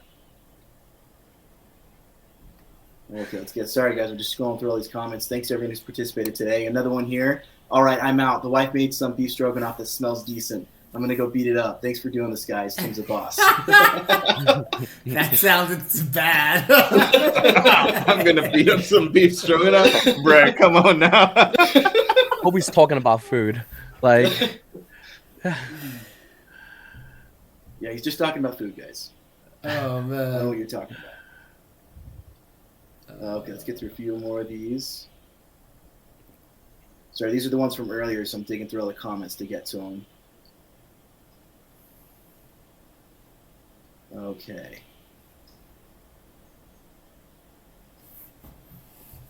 One moment, guys. Just a few more. Here we go. So from Joshua Castro, cool to finally see all of you guys together. Yeah, it's a party. All right, from Adam himself. Well, how am I salty? Y'all are brutal in the comments. It's all love and sweetness, no time for salty. Thanks, Adam, for the super chat there. And then from ZMan34720, I'm new to the crypto space, so I don't know much, but what's making SafeMoon unique or different from the other thousands of coins out there? This is a great question. So who would like to take this? I think you could kill this question generation. All right, I'll take it. So as far as what makes it different, I feel like when it comes to SafeMoon specifically, it's not just one thing. So a lot of the things that people go to first is its tokenomics. Now, SafeMoon wasn't the first to do it, and it's definitely not the last to do it, but it was the first to make it public, like we said earlier in the stream. And so it's not just the fact that they provide tokenomics, but all of the other aspects that they're bringing as far as utility goes. So tokenomics is a great aspect to it, but then we're going to be getting the blockchain, which is going to have amazing use cases with what we're doing with supply chain technology, what we're doing with IoT technology, which is Internet of Things. So we've got these windmills that are coming in. They're going to be helping provide energy to some impoverished areas, as well as helping fund the electricity portion of the blockchain, which has been a known issue with a lot of cryptocurrencies. It's been a pressure point there. So it solves and helps out with that. We're doing a lot of stuff in Africa, specifically with the Gambia and the TAF project, which hasn't specifically been confirmed, but all but confirmed. We're doing all these other things when it comes to the exchange and applying cryptonomics to that exchange so that people can not only earn from holding SafeMoon, but can also earn from holding other cryptocurrencies as well within that exchange. And then we've got, of course, the wallet, the card that will provide more utility and more real-world use cases as far as purchasing and transferring goes when it comes to SafeMoon. And then, of course, on top of all of that, we've got the stuff that's coming with the satellites, which we don't know about. So all of these things combined, and there's things that I probably missed as far as Project Phoenix, which we're going to learn about this Sunday. So tune in for that SafeMoon Sunday, because we are going to be learning more about Project Phoenix and what it has to offer from all of us here that are SafeMoon holders. So once you go through the reflections, the tokenomics, the exchange, the wallet, everything going on with Project Phoenix, everything that's going on with TAF, everything that's going on with the satellite technology, everything that's going on with all of these other utility use cases they're bringing about that we only know 15% of, that's what makes SafeMoon unique. So it's not just tokenomics. It's not just that they have a wallet or that they have an exchange, but it's the combination of all of these different utilities that are coming together to build a network that is all going towards real-world, real use cases that are going to push us towards the metaverse, that are going to push us towards these mesh networks, and, of course, Web 3.0. So that would be my answer. If you guys want to add on to that, feel free. You nailed it, bro. You crushed it. Yeah, maybe one thing I would add as well is that people continue to forget that this cryptocurrency is going to increase in value just from the fact that it's being burned on every single buy, seller, transfer. This is the first mainstream token with this tokenomics in play that's going to incentivize holders, increase scarcity for the project, and just overall, passive income is potential, right? If you hold, I think for every billion you hold, it is $58 per billion in volume with the burn on. When the burn is off, that becomes stupid. So everything you said with the passive income opportunity as well. For me, this is like the little man's coin. It's going to be a big coin. It's going to be the big investors coin. And I'm sure a lot of big money is a SafeMoon. But, it does make sense for people who are everyday real-time investors to buy an Ethereum or buy a Cardano at these prices or Bitcoin. You're not going to make a big enough investment for those kind of numbers off of like $100 Bitcoin investment to matter. Versus $100 in SafeMoon, could actually be a couple million in the very far future. That's actually very possible. Versus, I mean, you're not going to make $1 million off of Bitcoin anytime soon, off of a $100 investment. So it just gives people a really interesting opportunity because we're still very, very early, and nothing is launched other than the wallet. You still have everything that you said to look forward to, all of that and more. We don't know half of what's going on. We know 15%, if that. So it's just one of those things that's like a one and every other cycle opportunity, to where you don't see this coin potential often at all. You really don't. We saw it with BNB, then Ethereum, then a Cardano, obviously like a Bitcoin. But who caught those coins on launch or a couple months after launch or early? No one. Very few actually.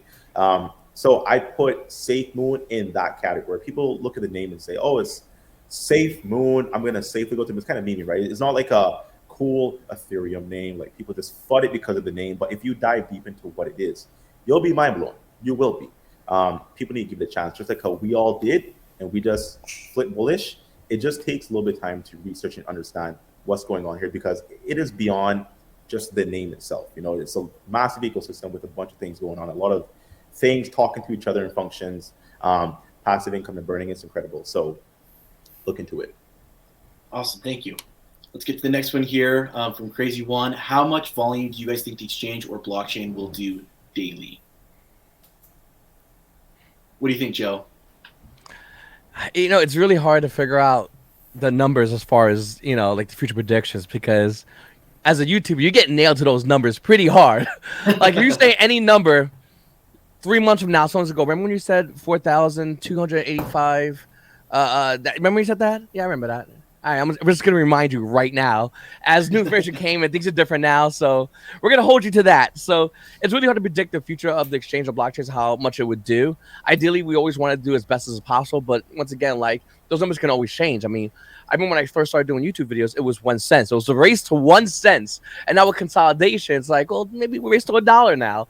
So everything keeps changing with more news and information. As far as like doing predictions, it's really, really hard to do them, because the community will remember. They will remember, and they will let you know that all the time. Anytime you do think about anything else, they will staple your balls to the wall every single time. So just be careful. Tell everybody. 1 trillion. Yeah. It'll hit 1 trillion in volume, guys. Remember when SafeMoon Joe said 1 trillion? Oh, I remember. Can I add to that question? Yeah, of course. So I have no idea what the maximum is. I just wanted to tell you that I did like a quick study of the top 50 cryptocurrencies in one of my videos, and I did a quick average in my top of my head, and 250 million volume daily was super like easy, and the number was like 250, 300 million, something like that. I know everybody wants a billion and 10 billion and whatever number, but let's go back to the number of 250 million. Even at 250 million, you're still making your what, $12.50 a day? Am I mistaken? 12.50, 15 to, right? 50 divided by 4, right? You have a billion SafeMoon, a billion volume, we get you $50 a day, right? So you're going to get a fourth of that. It's still good, but when the burn stops, you're going to multiply that by whatever number the burn stops. So even at 250 million, which is super possible, you're still getting really, really good reflections. And not to mention the fact that those reflections reflect more reflections, right? So you get that's one day. The next day, you're getting a little bit more and a little bit more every single day. Because as we talked about, the cool part about this is the compound factor that's associated with SafeMoon. Because not only does the reflections happen on a transactional basis, but on a daily basis as well, as they continue to compound day after day, month after month, year after year. So if you start off with a bag with a billion SafeMoon, or after consolidation you have 1 million SafeMoon, a year from now you're not going to have 1 million SafeMoon anymore. You're going to have 1 million plus that entire year's worth of reflections of compound interest, and then that will continue to compound. So if you're a long-term holder who doesn't plan on selling and you're going to diamond fist SafeMoon for 5 years, you're looking at some major gains, because every single day, every single transaction, you're seeing massive reflections. Diamond fist. Did you just say? Oh, just want to say, did you say diamond fist? I did. I never heard that. Yeah, I'm gonna use that.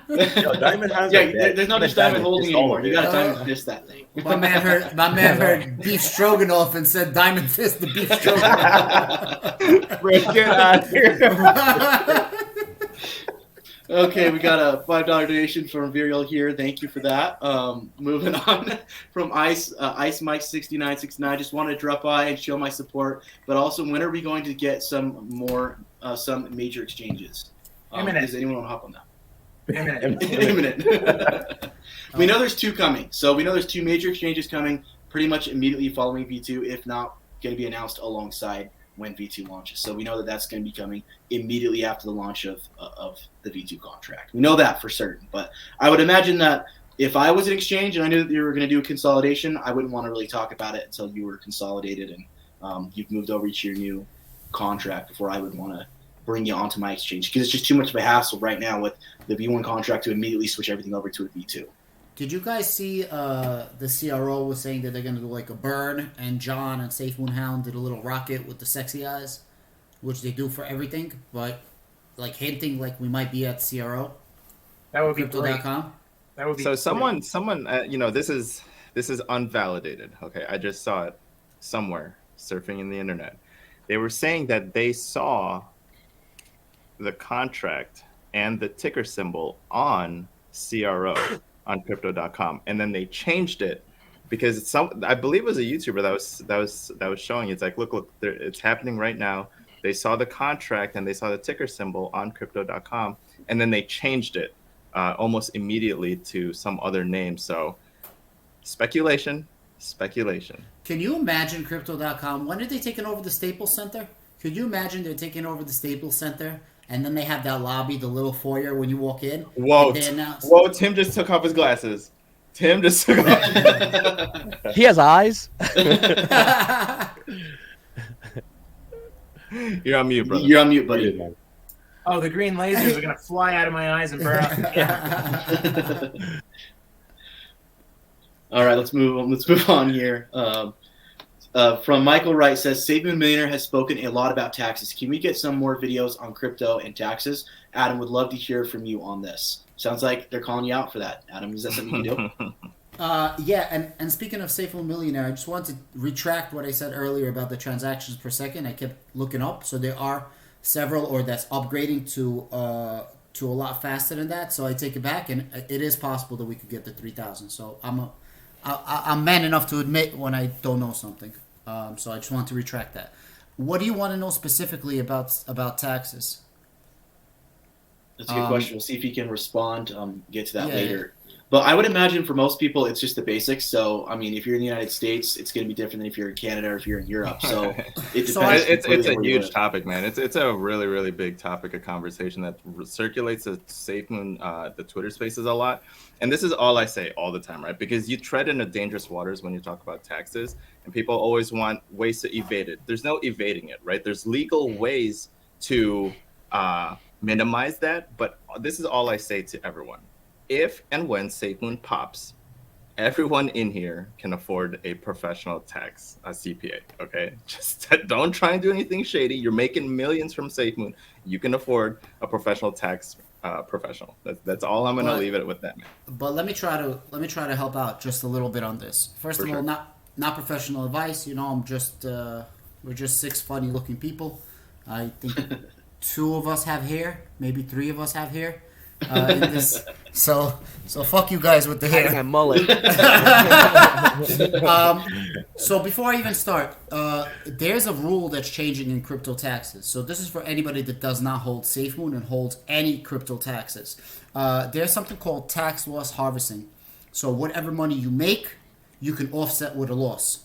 And a lot of people do that in stocks. So if they're taking a loss of some stocks, especially at the end of the year, they sell it and then they rebuy after 30 days because there's something called a wash rule. You have to wait 30 days. On the 31st day, you can rebuy. Even if you don't have any gains that year and you don't sell anything, you can offset that nonstop up to $3,000 a year until you have a major gain on your regular taxes. That rule is ending this year, thanks to Mr. Biden. That rule is ending this year. So we just took a huge dip, right? The entire crypto market just took a huge dip. So anybody that has losses on Cardano, Bitcoin, XRP, anything but SafeMoon, because SafeMoon has that 10% tax that kills you there and back, you might want to consult an accountant and take advantage of that and offset your losses for your gains. Because with crypto, you can literally sell and rebuy a minute later and take those losses. That's first that I want to tell you guys. Second, the offset, you want to keep your cryptocurrency and you want to keep any asset, preferably if you could, for 1 year, 1 day. Once it's 1 year, 1 day, your federal tax bracket now becomes 15% if it's under 440,000. But if it's over 200,000, you have to pay an additional 3.8% Obama tax. So so between 15%, and then if it's over 440,000, you're gonna end up paying 20%. So you're gonna be paying between 15% and 23.8%, which is a lot less than your actual personal tax bracket. Because if you're selling at that number, you're probably paying closer to 38 or 42%. 38, I think. 38%. 38 under the current, I believe, but there was a proposal for it to be brought up to 42. It didn't go through. Thank God. Okay, so you want to keep something for over a year, 1 year, 1 day, because you have long-term taxes. So that's the rule with any investment. That's for real estate, that's for stocks, that's for crypto, any asset, precious metal, whatever. And that's pretty much what you're doing. And then you just want to offset your gains with some losses. So if you're taking losses with anything, sell, including stocks. You can offset stocks to crypto as well, if that makes sense. But if you have anything more specific, I'll be happy to try to answer it. Hey, man, and again, guys, this is not financial advice. Yes, sorry, that sounds like a big headache. I live in a tax-free country. I never paid tax my whole life. Where are you from? So, a small island in the Caribbean. So that's amazing. British Overseas Territory country. So we have a treaty to where we are tax-free thanks to the Queen. Wow. So yeah, I've never paid tax. So all this just beyond me. So Sucks. it's horrible. Hate it. The government, the mafia, they come in when you make a couple of bucks and they go, "Oh, you made money? Give me some of that money." Give me some of that and money. If you lose money, they go, "Oh, you lost money? Oh, should make some money so I can get some." Like it just feels like you're getting robbed. And there's the idea of we got freedom and stuff. So it's like a little bit of it sucks. But ultimately, you got to pay your taxes, for everyone in America. Anyway, I'm sorry. Continue. I'm sorry. No, you're fine. Hey, thank you. Moonboy, are your neighbors selling their houses, in the near future? Well, so we don't pay tax, but cost of living is stupid. Houses here start at $500,000. It's very, very rough. I see houses in Florida going for like $200K. I'm like, $200K for like a nice house. You could buy milk over there for like $3. Milk here is like $7. Our currency is stronger than the US dollar. So yes, we don't pay tax, but it is very high cost of living. So it's actually worse. I'd rather pay tax, to be honest. Hey, Adam and Joe, how much are houses over there in New York? Stupid. I mean, go ahead, Joe. No. I mean, I moved out of New York because the price was insane. Everywhere else, you could rent a house or you can put money down to buy a house for the amount of money you pay just in rent in New York. And we're talking depending on your area, you go to Manhattan, you could live in a really small place. You're talking $1,200, $1,300 a month. It's insane. Depending where you want to move to. And New York's becoming what they call gentrified. And certain areas are even just rising because of that in rent. And landlords are jacking rent up due to that as well. My grandma lives in Williamsburg, and that whole area just is all, And the landlord tried to raise her rent. She had to take him to court on it. So the cost of living in New York is absolutely high. But then once again, you live in New York. Everything's there. So it's kind of like the give and give. Well, listen, New York is not what it used to be. I'm in here now. And that 12 or 1,300, maybe if you have like 2-3 roommates, that's even forget about that rent. It's just super freaking expensive.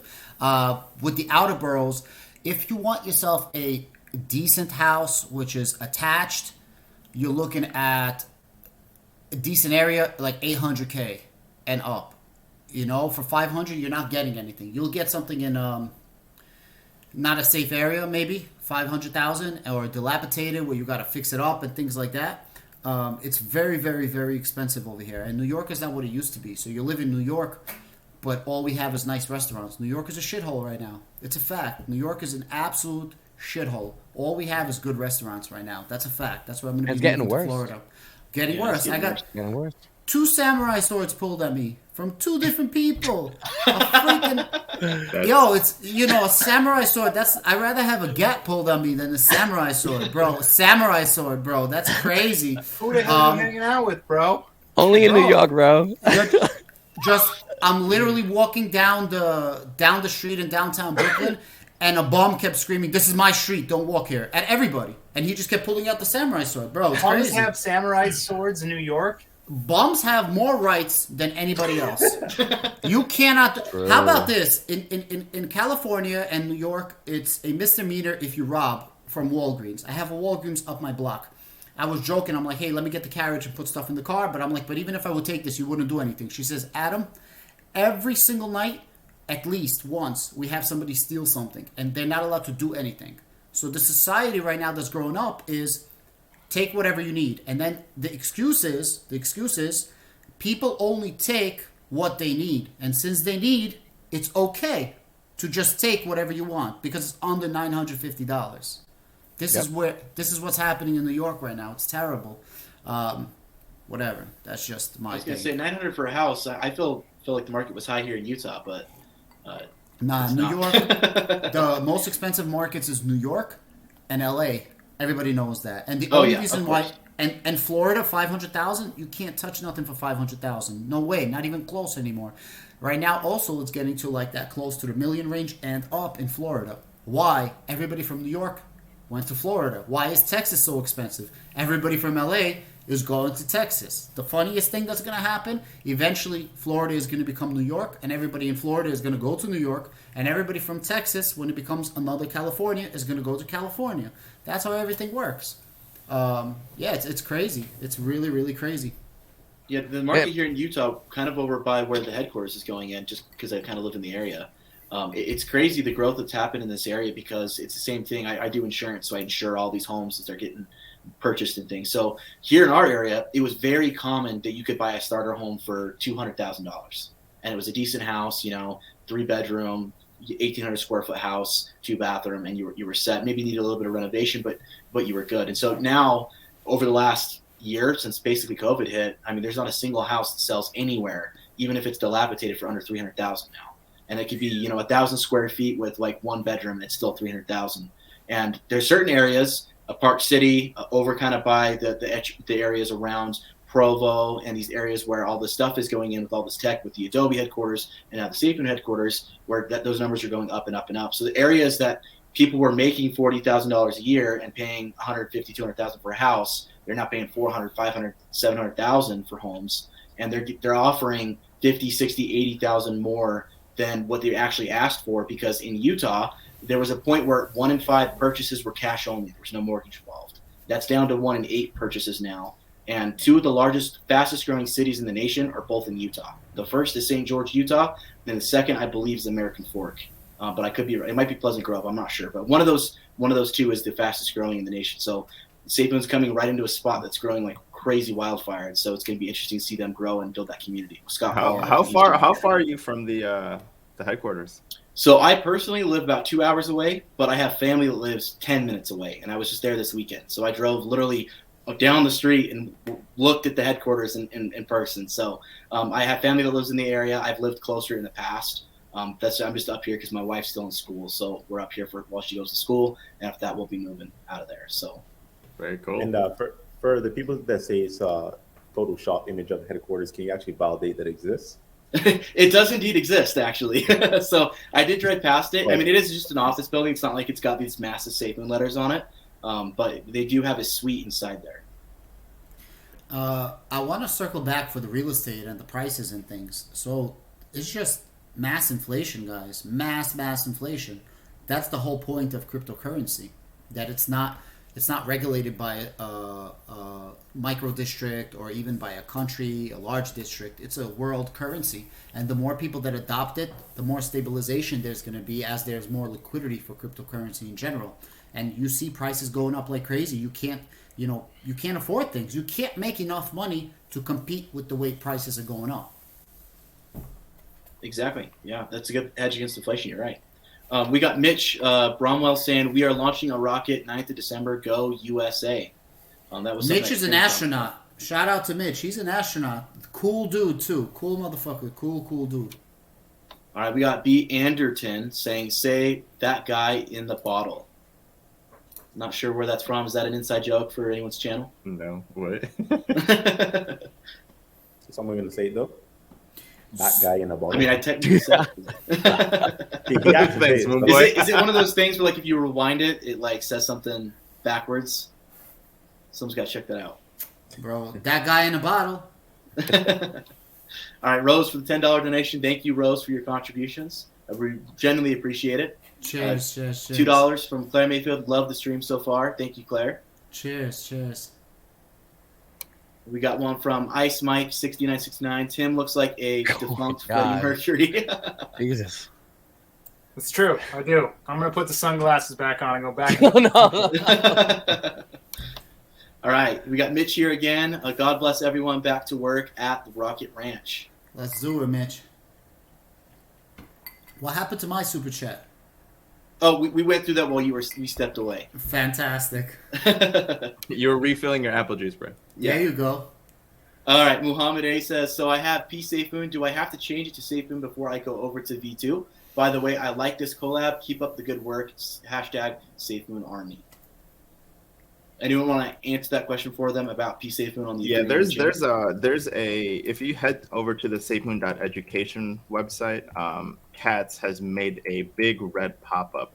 My ish is cached right now, so I don't see it. But if you head over to SafeMoon.education and click on SafeMoon version 2, you should get a red pop-up. Okay, I got mine, right? So it says you must have completed the following before proceeding with SafeMoon version 2. P SafeMoon will not we will not support migration for P SafeMoon to SafeMoon version 2 on initial launch due to P SafeMoon not incurring a 10% fee to purchase and the fact that it exists on the Ethereum chain, right? So they say, however, we are exploring the ability to consolidate P SafeMoon in order to peg the value, blah, blah, blah. But just know that from get-go, it doesn't look like it's supported. So if you're wanting a piece of it, not financial advice, you might want to cross the bridge over. These comments. All right. We've got Matthew Racine saying, Billy Club in the house from Canada, fire, rocket, Hey, bunch of congrats. moons, satellite drink. Awesome. Thank you for the contribution. Let's take a look here. We've got a few of these here. We got Rose coming in again. Can you gift a seed phrase to gift SafeMoon? Or is there any reason why this would not be okay? I want to gift SafeMoon, but I'm not sure it's okay to do this way. Any opinion is appreciated. Thanks. Who wants to tackle that one? This Don't one's give an your seed interesting. phrase to anybody. Yeah. Don't ever give your seed phrase. No, to hold anybody. on. It's Tim. It's a gift though. Like Rose is literally saying, "I want to give somebody a present." Well, So she's gifting them a wallet. Well, they should have the person set up their own wallet. They could write down their own seed phrase. Because the person that set up the wallet for that particular person, even though they meant well by it, they will still Will have the seed phrase. Yeah, that's correct. This was a big controversial issue because yes, like Tim says, even though people have really good intentions, I'm not saying anything about that, right? Let's say I want to gift Tim a SafeMoon wallet with 100 million, right? Still, ultimately, at the very end of that, let's say a year down the road, Tim and I have some beef. I'm like, F Tim, I know his seed phrase. Like things can get dicey, right? So there was a controversial issue about that. So the best way to do it, truly, is to have someone open a SafeMoon wallet, and then you could gift it that way. But you will ultimately, if you open that wallet, the seed phrase, right? Diamond Yeah, fist. don't do it. Diamond fist that, guys. Unless you just give it to them and you want them to keep adding to the bag and you want to take it from them. Hey guys, right in the chat right now, everyone, hashtag Diamond Fist. We're gonna make that a thing. It's a new hashtag for everyone who viewed this. Will be in on it. Everyone on Twitter, just flood Twitter with it. We'll see if who actually Diamond watched Fist it. everywhere. Right? I love that. I need a shirt with that. Yeah, we'll have to get a shirt. It says SafeMoon Roundtable Diamond Fist that. All right, let's go to the next question here. A Vortex Defense daily reminder: Matt Wallace is a d-bag. All right, Agreed. Charlie. Facts. Yo, did you guys hold on the Matt Wallace? Did you guys see the tweet earlier? Matt Wallace is like, Elon, are you gonna do anything for the Dogecoin's anniversary? And I'm like, yeah, he's gonna buy more Bitcoin for himself, for SpaceX, and for Tesla. Yo, Matt Wallace was so freaking tight. All right, we got from Charlie P here. Thanks for hosting this SafeMoon Roundtable. See everyone on the moon. Apple juice for everyone. Thank you, Charlie P, for that huge $50 donation. Cheers to you, and thank you for your support. Okay, guys, let's see here. And then we've got from Traverse Rover. What would you tell the people who view SafeMoon as crypto trying to monopolize the crypto market? Really appreciate you guys for doing this. I mean, I don't think they're trying to take it over. I think they're trying to improve upon it, if anything. Yeah, they're going to be allowing smart contracts. I mean, there'll be tokens built upon it. I mean, the blockchain that SafeMoon will create will provide plentiful opportunities for new projects, for existing projects to migrate to. It's not a way to stifle innovation and monopolize. What they're doing is they're opening the market to more people, not the opposite. So I think that's one of the things when it comes to DeFi that people have this mentality of, when you think of large companies coming into a sector and dominating the sector, that they take over and they suffocate out, the small guys. But with crypto, especially DeFi, like what SafeMoon's doing, it's having the opposite effect. It's giving opportunities for new projects and new tokens to develop and build upon existing technology. So it has the opposite effect.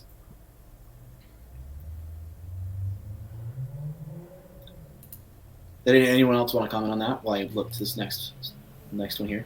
I'll take a stab at it. I mean, I think it's quite the opposite. I don't even think you could monopolize the cryptocurrency market. That's like just impossible.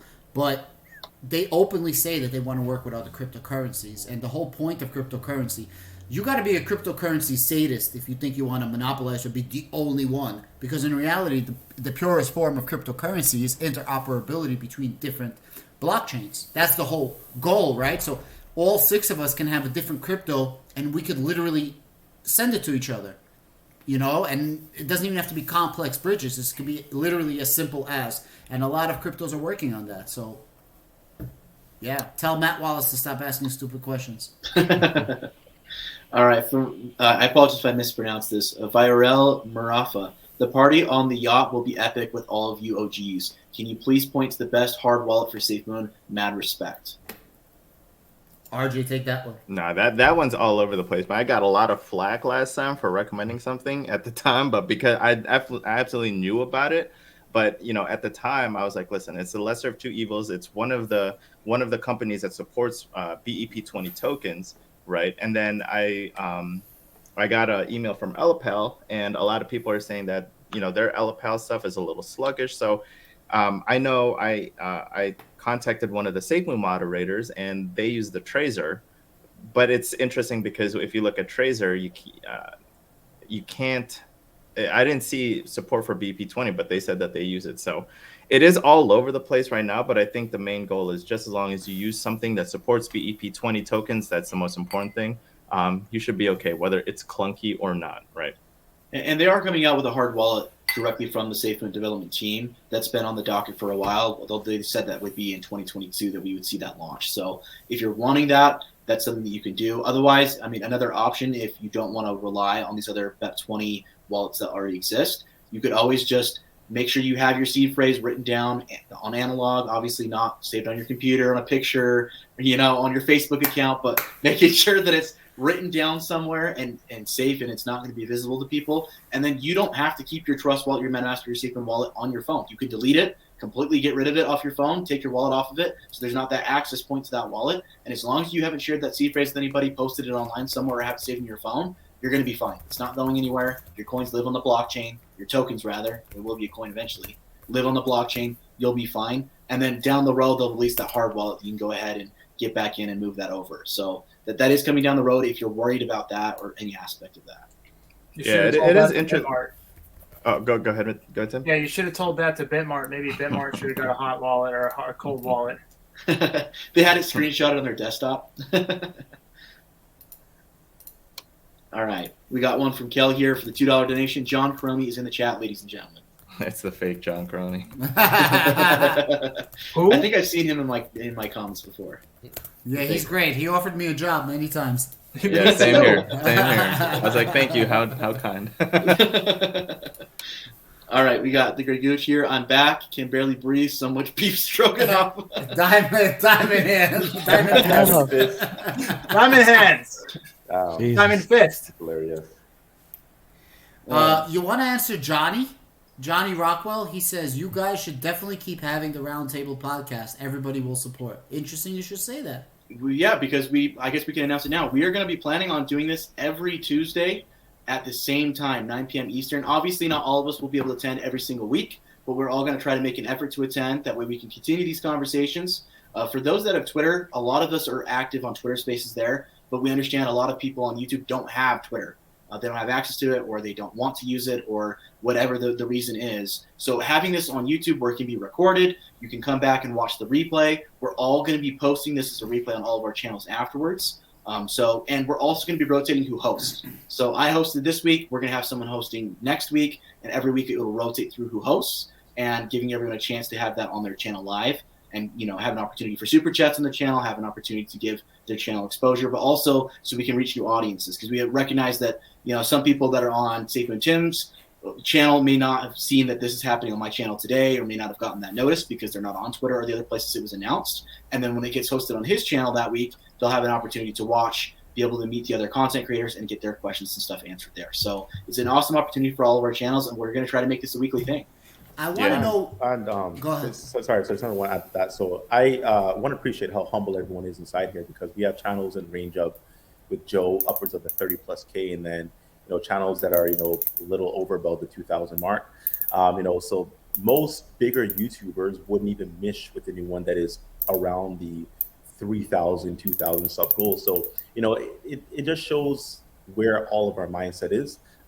We're all invested in the same thing. We all love the same thing. We all want the end goal to be what we want, which is going to the moon with SafeMoon. So it's really cool that no matter what the channel size is, or what people might think about their specific channel and their specific views, we can still come together and do this. So I just want to give a big shout out to everyone here, no matter what your channel size is, come together. I think that's awesome. That's very incredible. And I've never seen any other project for their community do this ever. I haven't seen no Cardano YouTubers meshing or anything. So I think it's cool. So good job for bringing it together. Cheers. Awesome. Thank you, guys. And I just to echo what you said, I think it's awesome that we're all willing to do this. I mean, when I originally put the idea together, I was like, man, am I even going to be able to get some of these bigger channels to want to participate in something like this? And every single one of them were like, I'm all in. I'd love to help the community. I'd love to answer these questions for people. I'd love to have that conversation. So everyone in here is a superstar. They really are. And so if you're only subscribed to one person or the other, I highly recommend you go subscribe to the other channels and support them, because they all do different content. I feel like each one of us individually has kind of our own level of way of doing things, our own levels of expertise, and so being able to subscribe to that gives you a really balanced approach to the project as well, because you're going to get some awesome insights in one channel, and then on the other channel you're going to get some awesome insights as well on maybe different topics or a different look at the same topic. So awesome to have everybody in here. I really appreciate it. I actually watch other channels too, so you should just join me and watch everyone's channel. Yeah, I watched every single video today that came out. Joe, Tim, RJ, everyone that's on your all released videos, and I was watching all of them today. So everyone does great work. Everyone does an awesome job. So kind of going through here to get through these super chats. We got the Great Chooch again. Joe looks like he likes to spend his Sundays watching reruns. That's the best comment so far. I love that. This guy eating beef stroganoff, talking smack. I saw earlier you posted that. I thought that was hilarious. I saw you laughing at that when it came up. Yeah.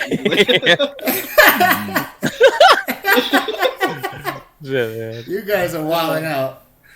$5 donation from Troy Smothers. Thank you, Troy, for that. Let's see here from Juban, another $5 donation. How does the panel feel about people with a YouTube who don't have or prove their credibility when it comes to investing? Personal opinions only. Well, one name comes to mind. I'm not going to call names, but as a content creator, I feel like we all have responsibility to our audience, and people. I feel like I misunderstood. Feel about people on YouTube. So I guess talking about specific influencers. Yeah, I mean, you have duty to your audience. Be honest, be transparent, be upfront.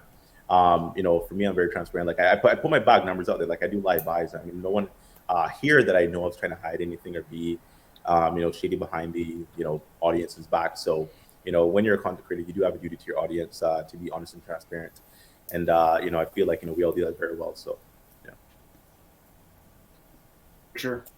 Yeah. And as far as my personal opinion on this goes, I think every content creator has the right to privacy as much as, crypto is a very open space. If someone wants to be private about their investing, what they hold, what they don't hold, that's up to them. And it's up to you guys, the viewers, to dictate if that's a channel worth watching or not. So if they're not producing good content and you can you can. It smells like crap. It's gonna be crap. So if you see that and it's not something that you want to participate in, then you don't subscribe to that channel and you walk away from it, right? But I don't think that anyone is forced as a content creator to dox themselves or their financial portfolio in order to provide credibility. If what they're saying is accurate information and it's something that's credible and it's providing value, it doesn't matter if they hold $10 of crypto or if they hold $1 million of cryptocurrency. At the end of the day, what matters is the content they're producing. If you don't find it useful, then don't subscribe. And listen, we all start somewhere. Some people already know something. Some people don't know something. Just remember your own journey. I could tell you I was a complete dumbass. I had no idea what's going on. You know what I mean? Before I made my first million, I lost my first 100,000. You know what I mean? Like, it's a fact. Nobody knows anything. You learn when you make mistakes. With that said, like, at least for my channel, I always tell my people, before I even have a alliance to SafeMoon, I have an alliance to my subscribers. So if I don't like something about anything, including SafeMoon, I'm going to bring that up to you guys ASAP, and that's why I'm so critical. And I wanted to give a quick shout out to Even Keel Trading. There goes your shout out, my friend. All right, so we got another super chat here. It's going to be a little controversial, but I'm going to bring it up anyways. What do you know? Who besides Joe knows Earth is flat? SafeMoon will make it to the moon before NASA or any other fake space agencies. P.S. Thank you for not including Crypto Control. He is a dead guy. So I will say on this before we even touch on the first part of that is the joke. We don't want to bash other content creators, guys. Okay, so that's the step number one. I love Crypto Control. I just want to say that. Yeah, he's a great guy. And I know that some people may not like that, but we're not here to bash, guys. We're a community here. We're all about positivity. We're not here about the negativity. And Crypto Control did make a video I think about a week or a week and a half, 2 weeks ago, saying that he was going through a couple things in his personal life. He didn't say specifically what those things were. So we don't know what's going on with each other's lives and what's actually going through. And we have our personal struggles and difficulties and adversities, and based off of what he's going through, we don't know what that is, but he did put out there that he's going to be a little inactive, and he does have some stuff going on. Good stuff, really, really bad stuff. So whatever Crypto Control is going through, I do support him. I do wish him the best. Yeah, I think that. So a long time ago, there was a Twitter Spaces. Someone came on and said, "Well, I don't like this one YouTuber," and they were like, "Oh, I like Joe, but I don't like this one YouTuber because," and they was like trying to explain the differences. And I hopped on. I said, "Listen. It doesn't matter if that YouTuber can get more people to join us with the SafeMoon army, then whether they do the videos that you like or not like, it doesn't really matter at the end of the day. There's a YouTuber who does the robotic voice videos, and some people don't like him, some people like him. And like I said, it's even that person, because I talked to him behind WitchQuad on Discord, and I said, listen, it doesn't matter. At the end of the day, if you get more people to join, if more people get involved, and learn crypto, that's it. That's perfect. Like, that's what we want. We want just to grow this community. We have a massive community. Our debut year, we're hitting 3 million. Like, a lot of crypto communities cannot say that, especially on their debut year, let alone on the years or how long they've been out for. So what we have is a really unique opportunity. And to get more people involved, that's excellent. So I always say, listen, even if there's a YouTuber who I might not like the way they do the content, it doesn't really matter at the end of the day. If they get more people involved in, grow the community, that's what it's about. So that's something I've always been about, and I really do like the fact that everyone has that mindset. Without even talking to other YouTubers or anybody else, everyone has that kind of mindset where it's like, hey, listen, if we can grow the community, that's perfect. And I think that's the best way to do it. Yeah, thank you, Joe. I think you hit the nail right on the head there. We got one here. Matt Wallace squats when he pees. Let's go past that. Dude, go to bed. Tell that kid to go to bed. Go to sleep, dog. I'm gonna love that. I don't think we got strong enough. We got Ace sending comments. I love them. Hey, I'm all about free speech here, guys. As long as it doesn't get us kicked off the platform, I'll bring your comment up. It's a super chat. I'll bring it up. All right, another one from Ace. You guys are amazing. What do you think will benefit SafeMoon more, the NFT series or the SafeMoon game? Game. That's a good one. I think. Mooncraft, right? That's what you're talking about. Yeah, Mooncraft. Oh. Geez, that's a hard question because both of them are going to do really well. So my thing on that is they're going to be one and the same in a lot of ways because they're going to put NFTs into games, right? So they're going to be a very intertwined, kind of distinct move between the two. So you're going to see the NFTs in the game itself, and it's going to be an integral part of the game. So I would say that they're going to be hand in hand. Now, do you guys think that they're going to bring the metaverse into Mooncraft? We know that didn't John say on Discord a while back that Mooncraft was their introduction into the metaverse? Wasn't that said a couple weeks ago in Discord? If he did, I missed it, but I was just wondering what you guys thought about that. Yeah. John Crony said that he was hinting at that Mooncraft is the first step into the metaverse. Guys, So there's we'll see. no. Yeah, I'm sorry for interrupting. You're good. Oh, you're good, bro. Go ahead. There's no limit to what we're doing because we're still in our freshman year. I mean, we're not even in college, or like in high school. We're right now still like, lower grades. When we get our blockchain is only when we start 9th grade, when we hit high school and we start getting our own personalities. If you guys want to think about it like that, there's no reason why we wouldn't do NFTs, metaverse, collaborate with other projects, IoT, windmills, and satellites, and videos that Tim can't even think of yet. You know what I mean? And I'm not saying it in a bad way. Like, there's no reason. All it is skills and imagination. And because we're starting at this point right here, the sky's the limit. That's a fact. The only thing that's holding us back is our skills. And why are you guys making fun of me? Who's laughing at me? Nah, bro. Look, Chat. Adam, I'm gonna tell you straight up. I saw an upcoming comment, and Yeah, there's people in chat we'll saying get stop to it. clicking your pen, bro. So You're RJ's clicking your pen. Who, me? Yeah, and it's driving people. What's that thing you're flicking? Oh, okay. My bad. No, you're good. I got it. It's just the beginning. There's so many things that are ahead of us, and that's what makes SafeMoon and a lot of these projects, but specifically SafeMoon, so unique because they have, the world is literally your oyster. All these last 13 years, we were just building up to this point of where we are in DeFi. Wait, what's going to happen in the next 3 years? It's going to be crazy. And as technology grows, the ability of what you could do with blockchain also grows. It runs in parallel, and it's going to meet. 100%.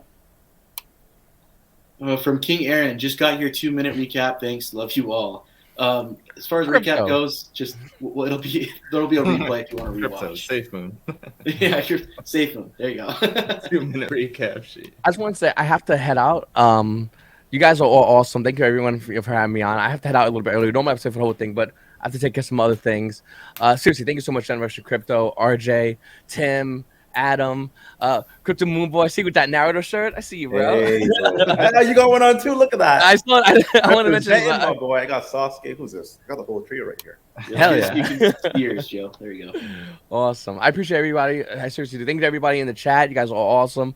Definitely looking forward to more of these. Absolutely. And like you said before, if you guys haven't subscribed, please make sure to subscribe. Once again, Generation Crypto, RJ Adano, SafeMoon Tim, Team Adam Bergman, Moon Boy. Check them out. Subscribe.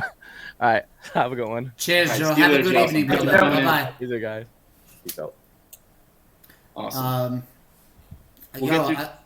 Go ahead. Sorry. You go ahead. No. I cut you off. Bro, I was going to say exactly what Moon Boy said, and I said it a couple of times. Like, bro, we all coordinating with each other, all the YouTubers, the social influencers, and I know a lot of you guys are shouting out other YouTubers in the chats.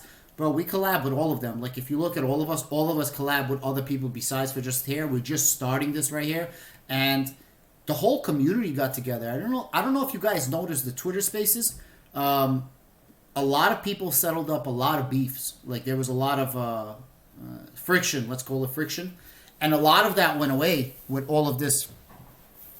The 20 trillion token and the hack, and it's just like, we're really, as a community, moving forward, getting rid of the FUD. And as Moonboy said, people don't do this. I've said this since the day one. People don't collab with smaller channels. Like, it just doesn't happen. That's why I like Crypto Control so much. He gave me a shot. You know what I mean? So, yeah, shout out to the whole SafeMoon community. And that's what you're investing. I know you guys are investing in Crypto the Future, Crypto John. But in reality, I promise you, our biggest asset is us. That's a fact. Beyond everything else is the SafeMoon army.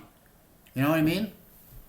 Yeah, and if any other content creators are not participating today, they're welcome to come on. Like, there's no reason that they can't come on in the future episodes. This is just the people that I had contact with, whether it's because I was able to reach them through DM or through some other form, I was able to contact them. There's others that, their direct messages aren't open, or I just don't have a method of contact. If they want to participate in this, have them reach out to any single one of us that are on the roundtable, and they can come on board. I mean, we've got extra slots here, so if they want to come on, there's no reason they can't. I don't care if they have 100 subscribers and they've got 3 videos, or they've got 100,000 subscribers. They're welcome to come on and participate if they want to. Just reach out to us. We'd love to have you on. Yeah, the Avengers are not only a team of 6 guys. Like the Avengers at the end of Endgame, I'm not sure how much of a nerd you guys are. I mean, it was like a horde of people. So, and that's exactly what the SafeMoon Army is. I mean, like, we have that like 300, meme with all the eyes of all the 300 soldiers. That's us. I mean, like, you can even extend it to like just people in the community, people who don't even have YouTube channel, just, very passionate about SafeMoon. Someone that's very knowledgeable that just wants to come on here and, spread their knowledge. It's not just YouTubers specifically or influencers. It's anyone that's involved with SafeMoon and has anything positive. Or, I mean, if you want to have a debate stream one day, sure, bring a Flutter on. Let's do that as well. Yeah. Hey, you want to do that, right? Yeah, I'll do that. I want to ask. I want to follow up on you with the whole Avengers, guys. If Tim was a character, if SafeMoon Tim was a character from the Avengers, guys, no, I'm going to compliment you. This is going to be a gangster one, I promise you. Tell me, Doctor Strange. Oh, that is it. Doctor Strange for sure. You thought I was going to play you, Tim? I got you. I was not you were going to play me. No way! He's shaking his head, getting himself ready. He's like, here it comes, bro. Doctor Strange, right? That would be your. I mean, that's an awesome one. I'm not even saying that in a bad way. Like that he's dope, and he comes up with like crazy things, like, and those are your videos. It's awesome. Like, I think so. That would be a cool character. I can't wait to see the memes of our faces on the Avengers. So everyone deciding who we are. Oh my god, that would be hilarious. Someone make that video, guys. If you're in the comments and you hear us talking about this, make that video. I think SafeMoon Josh is to give a shout out to him on Twitter. He's the guy that's been doing a lot of those kind of meme videos about different content creators and stuff. So he'd be the guy to do that. Bro, I might have to make a new intro. I might have to make a new intro, colleague. Do it, please. We'll have the Avengers theme and stuff in the beginning. I just took a screenshot. Oh my god. All right, another super chats here. We got I Love You Joe from the Great Gucci again here. Joe's a great, awesome guy. I'd loved having him on the thing today. Do you have a theory with from Matthew again? Do you have a theory with hashtag SafeMoon32? Thank you guys. Thanks guys. You make a great job. Just to put it simply, where SafeMoon32 came from, it came from basically Discord when people pointed out that there was a purchase of 32 SafeMoon happening like once every minute, over and over and over and over and over again. This is in the really early days of SafeMoon. And so people in Discord pointed this out, thought it was weird because it was such a low amount of SafeMoon. And so people kind of just made this meme of SafeMoon32 and it just took from there, and it's been an inside joke ever since. So does it mean anything outside of that? Does it mean that those purchases were windmills or something like that? There's been a lot of theories out there as to what that could be, but that's where it originates from. That's where it started.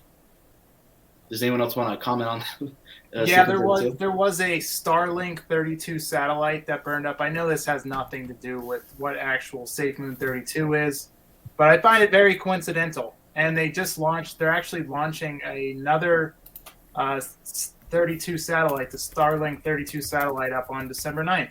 So I know it has nothing to do with the number on the bag or the actual SafeMoon 32, but I know it's very coincidental. All right, we got here from Joel Powell. Thoughts on John's fam background, Mormon/LDS and CIA?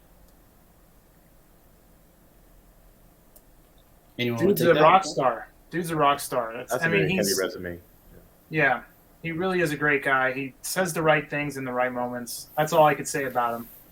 He stepped up, right? He stepped up during this the Bitmart thing. Yeah, I can't say enough crazy good things about how a leader should handle and address the community during a stressful time, right? I'm not here to bash anyone, but if you compare him to another CEO that handled it poorly, you can see how leadership, how much of a CEO John Crony has matured and how well he chooses and addresses the community. That's all I say. The dude's an absolute, like you guys said, rock star. And there's one thing that I keep wanting to drill on my channel is that I don't invest in projects, I invest in people, because it's very easy to make the next Bitcoin on paper. You can easily make a website and sell it as next Bitcoin. It very well could be, but who's behind that? You know, who are the people that's going to drive that rocket ship home to the moon? You know, John for me is incredible, man. I am bullish on SafeMoon because I'm bullish on John. If John was not part of SafeMoon, I probably would still hold a bag, but I wouldn't be as confident. I'm just being very honest. People say you can replace a CEO. You cannot replace that kind of productivity and work and commitment. You cannot do that. You can find, yes, you can make another CEO. You can find someone to be that. But John, for me, is more than just a title. He is the person. He's the captain. And, you know, just like what RJ said, I mean, his track record proves that. Exactly. And as far as his background goes, I think his CIA/military experience is part of the reason he's able to stay so calm. I mean, if you've been overseas in high stress situations, you know, that's really fortified him in a way that he can, you know, keep his head clear, even when there's these massive dips like this or these hacks or these other issues, that he can keep his head on his shoulders, be a leader, and he knows what he's doing. So as far as the religious background goes, I don't think there's any reason why that would contribute negatively or positively. Yeah, it's irrelevant. Hey, Cade. So he said this coin has done nothing but go down for the past 10 months, keeps getting worse, but everyone pretends they're bullish. Let me ask you a question, homeboy. You ever invested in anything else? You invest in stocks? What do you invest in? Type it in the comments. Come on, I'll have a go at this. Name me your investments. I owned Tesla early on, man, and it was tanking the whole time. So of course, bro. Bitcoin didn't move for 2 years. Bitcoin didn't move for 2 years. I mean, it's these people that are coming from Doge has that instant gratification. 82.47%. This guy owned Doge before he came into SafeMoon, and they're in it for this instant gratification. Oh, I put it, and that's why everybody keeps saying, Adam, you're not realistic. Oh, we're only going to 3x by the end of the year, and they call me bearish because I'm saying we're going to 3x by the end of the year. And look, I guess I was right about that, right? Like with the price, and none of us hit. It's not instant gratification. 3 to 5 years, as Tim said, Tesla couldn't do nothing for a long time. Bitcoin, all these companies. Plus, the thing that benefits SafeMoon the most is the price going up actually hurts the long-term investor, and that sounds weird, but the reason is when you do the math on how reflections work, you get more tokens at lower prices at the same level of volume. So as those become more valuable, all those reflections you've received since you invested all become collectively more valuable. So if you want to watch a video that explains all that in like stupid detail, not to show my own channel out of that, but it's like a 25-minute video. It's probably more information you'd ever want to know about how reflections work. So once you understand that, you realize that at the end of the day, the price of SafeMoon is practically irrelevant, especially early on. What matters is the volume that we can drive to the project. That's pretty much the only metric you should really look at when it comes to SafeMoon. Bro, I think he left the room. Fud has left the chat. All right, let's go to the next chat here. We got Miguel asking, would you guys consider going over other projects for about 5 to 10 minute segments? You're the only guys I trust. I know that Adam does go over the projects. I personally release videos like that all the time. In fact, I just released one, I think Monday, about another project called Intergalactic Token that just launched in October. So I do videos like that all the time about other projects. I have a series called What the FUD that I already have a list of like 10 videos if you want to go and look through those. And I regularly try to release at least once a month about other projects as well. So I don't know you guys. Are you guys willing to do stuff like that, or have done stuff like that in the past? Yeah, I mean, if you want to have a segment on this, podcast here to where we can just have the community just give us 10 coins, right, and we just kind of give our opinion, maybe do a little bit of research before the podcast goes live, and we can say, okay, well, we found this, and this is why we don't like this, and based on the LP not being locked, there's things we can do with that. To add that as a segment in future podcasts. So I think that'd be cool. Yeah. If people see, right, I've told everyone this. It's on my banner. It's on my descriptions. I'm a crypto enthusiast, right? SafeMoon is absolutely one of my larger bags, and I'm absolutely bullish on SafeMoon. But it doesn't mean that you can't invest and look at other projects. And I definitely hold a whole bunch of other projects, and I love it. I mean, I cover a couple ADA. I did a couple ADA videos because I love what they were trying to do. If you guys don't know, they partnered with Veritree about building this Cardano force. There's a lot of projects that are doing a lot of cool things outside of SafeMoon. And it doesn't mean just because you love SafeMoon doesn't mean you can't get involved with other projects, right? So I would absolutely be down for something like that. SafeMoon, Tim? Everything you hear now is financial advice. Yeah, it's not financial advice, guys, but we do cover other projects. And so if you see us posting videos about other projects, it doesn't mean we've abandoned SafeMoon or that we love SafeMoon less, right? Some channels here have dedicated more of their stuff towards specifically SafeMoon, and that's awesome. But just because other channels decide to talk about other projects doesn't mean that they're less involved with SafeMoon or have less love for it. We can love multiple projects, and just because you have love for one project doesn't mean the other one's going to suffer. Absolutely. Right? There's enough space. There's enough in the space for all the projects to do really well and to make us money and to innovate in the space. Yeah. So my really good friend and I, we were playing. We were just catching up, chilling, playing PlayStation 5. And for, I want to say 2 hours, we talked about other projects. And then for the last 2 hours, we talked about SafeMoon. I mean, there's just so many projects out there that's doing really, really good things. If you do your own due diligence and you do your own research, you will see that you gravitate towards a lot of other projects that speak to you, right, as an investor. So it's awesome. It's a really big space, guys. And when it comes to my SafeMoon bag, that's my 3 to 5 year bag. I want to make money next year, and the year after that, and the year after that. So while my SafeMoon is over here chilling, and I'm adding to that, I'm still trying to broaden my portfolio to still get future pumps within the next, bull run or the next, quarter one of 2022.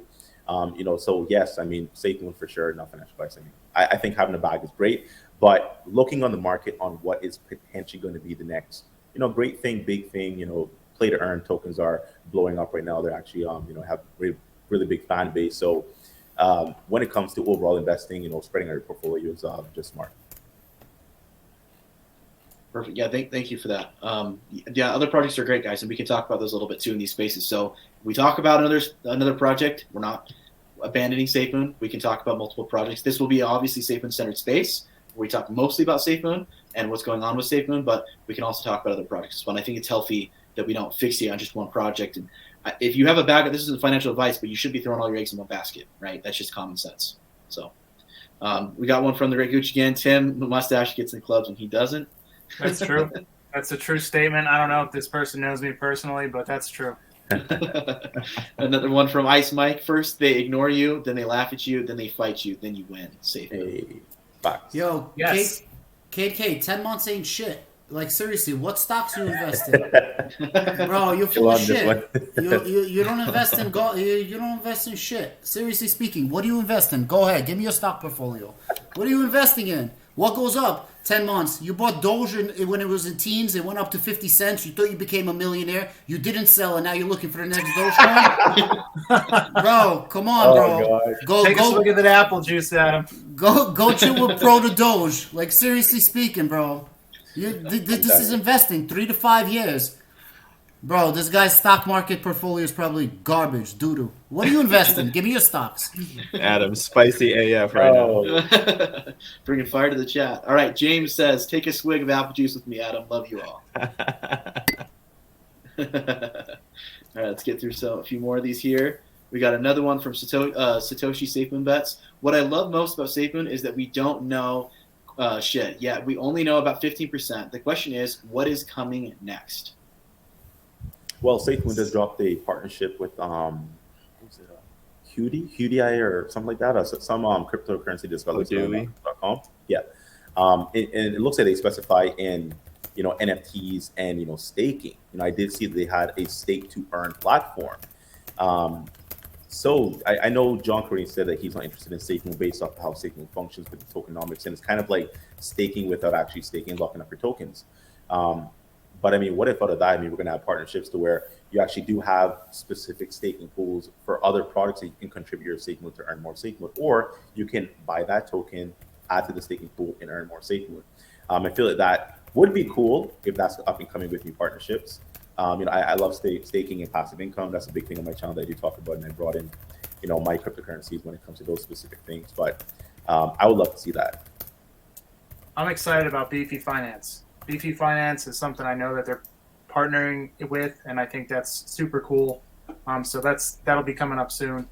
I forgot who let that out of the bag, but I remember hearing it. But yeah, that's something like staking. It's a multi-chain yield optimizer, and you can gain some pretty cool rewards with it. So that's coming next. I don't know. It seems like it's coming sooner than we know based on the little hints they're dropping here and there. But yeah, there's a lot of cool stuff that's coming out of SafeMoon. Yeah, man. Quick shout out to Satoshi SafeMoon Bets. He's all over Twitter all the time. He posts some good stuff, and obviously, quick shout out to my boy SafeMoon Zeus. You guys are always there for the support. Thank you. Awesome. And then we got Muhammad A here. Why has Tim been so quiet? I love watching his videos. He gets someone so hyped about SafeMoon and the connection to everything. P.S. I love everyone else's content too. Not picking favorites here.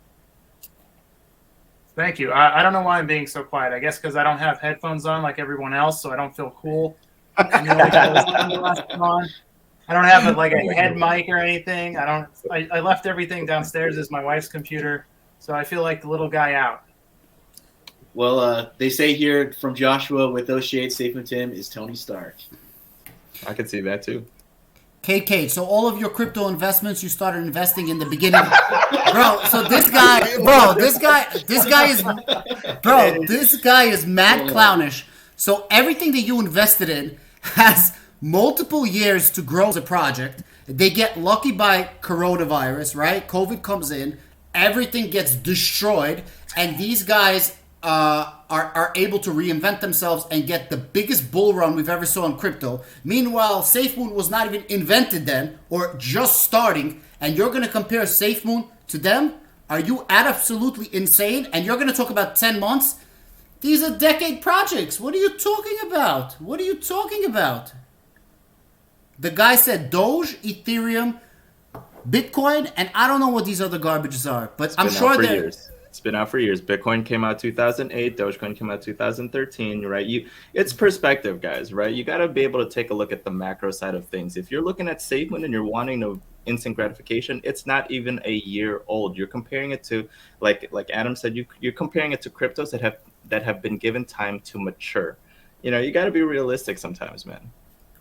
Yeah, 10 months is nothing, guys. Just give it a couple years and then come back and we can talk. Yeah, 100%. I say this all the time, right? All the time on Twitter Space, on YouTube, on anything. You have to give SafeMoon time, right? That is the one thing in this equation you need to give SafeMoon. You guys need to give them some time. That's it. 10 months is nothing.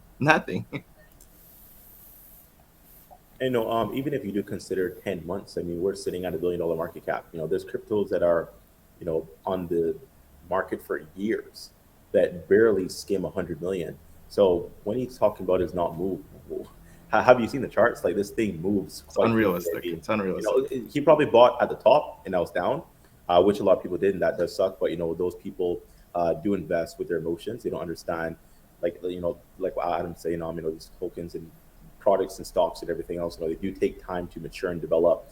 And SafeMoon has quite a few things going on. It does take time to develop all these things and get compliance and regulation involved. So as an investor, you should understand that okay, well, I'm in this for at least X amount of years because of these things are going to happen between that time and space. And I mean, hey, like, you can find pumps on the Binance Smart Chain if you want. Like, go find those. It's not going to be SafeMoon, maybe, but don't hope for it. Kate, maybe the team of Doge. Who developed Doge? Go ahead. You're full of shit. You don't know nothing. What are you talking about? Well, bro? Here's another thing to point out just real quick. When we look at SafeMoon and compare it to the projects, these more mature projects, a lot of them have awesome development and awesome opportunities that they're creating. But tell me a token that's been out for 10 months that has the same potential that SafeMoon does as far as what they're trying to build. Obviously, we don't have a lot of these things in the hand yet, but that's because they're 10 months old, right? You're not going to create satellite technology and voting systems in foreign countries in 10 months, right? You can work towards that, but you're not going to have that fully fleshed out and functional in that short period of time. I mean, most of the time, especially when you're dealing with governments, projects that are coming out now started 10, 15, 20 years ago. So the fact that they're even at the position where they're at now and they're having the actual ambassadors of Gambia coming out and saying that this is happening shows that it's being operated on, it's working, it's in the process. We just have to have patience as investors. I think it was Warren Buffett himself who said, investing is the patient taking money from the impatient. So if you're not willing to be patient and wait for projects to mature,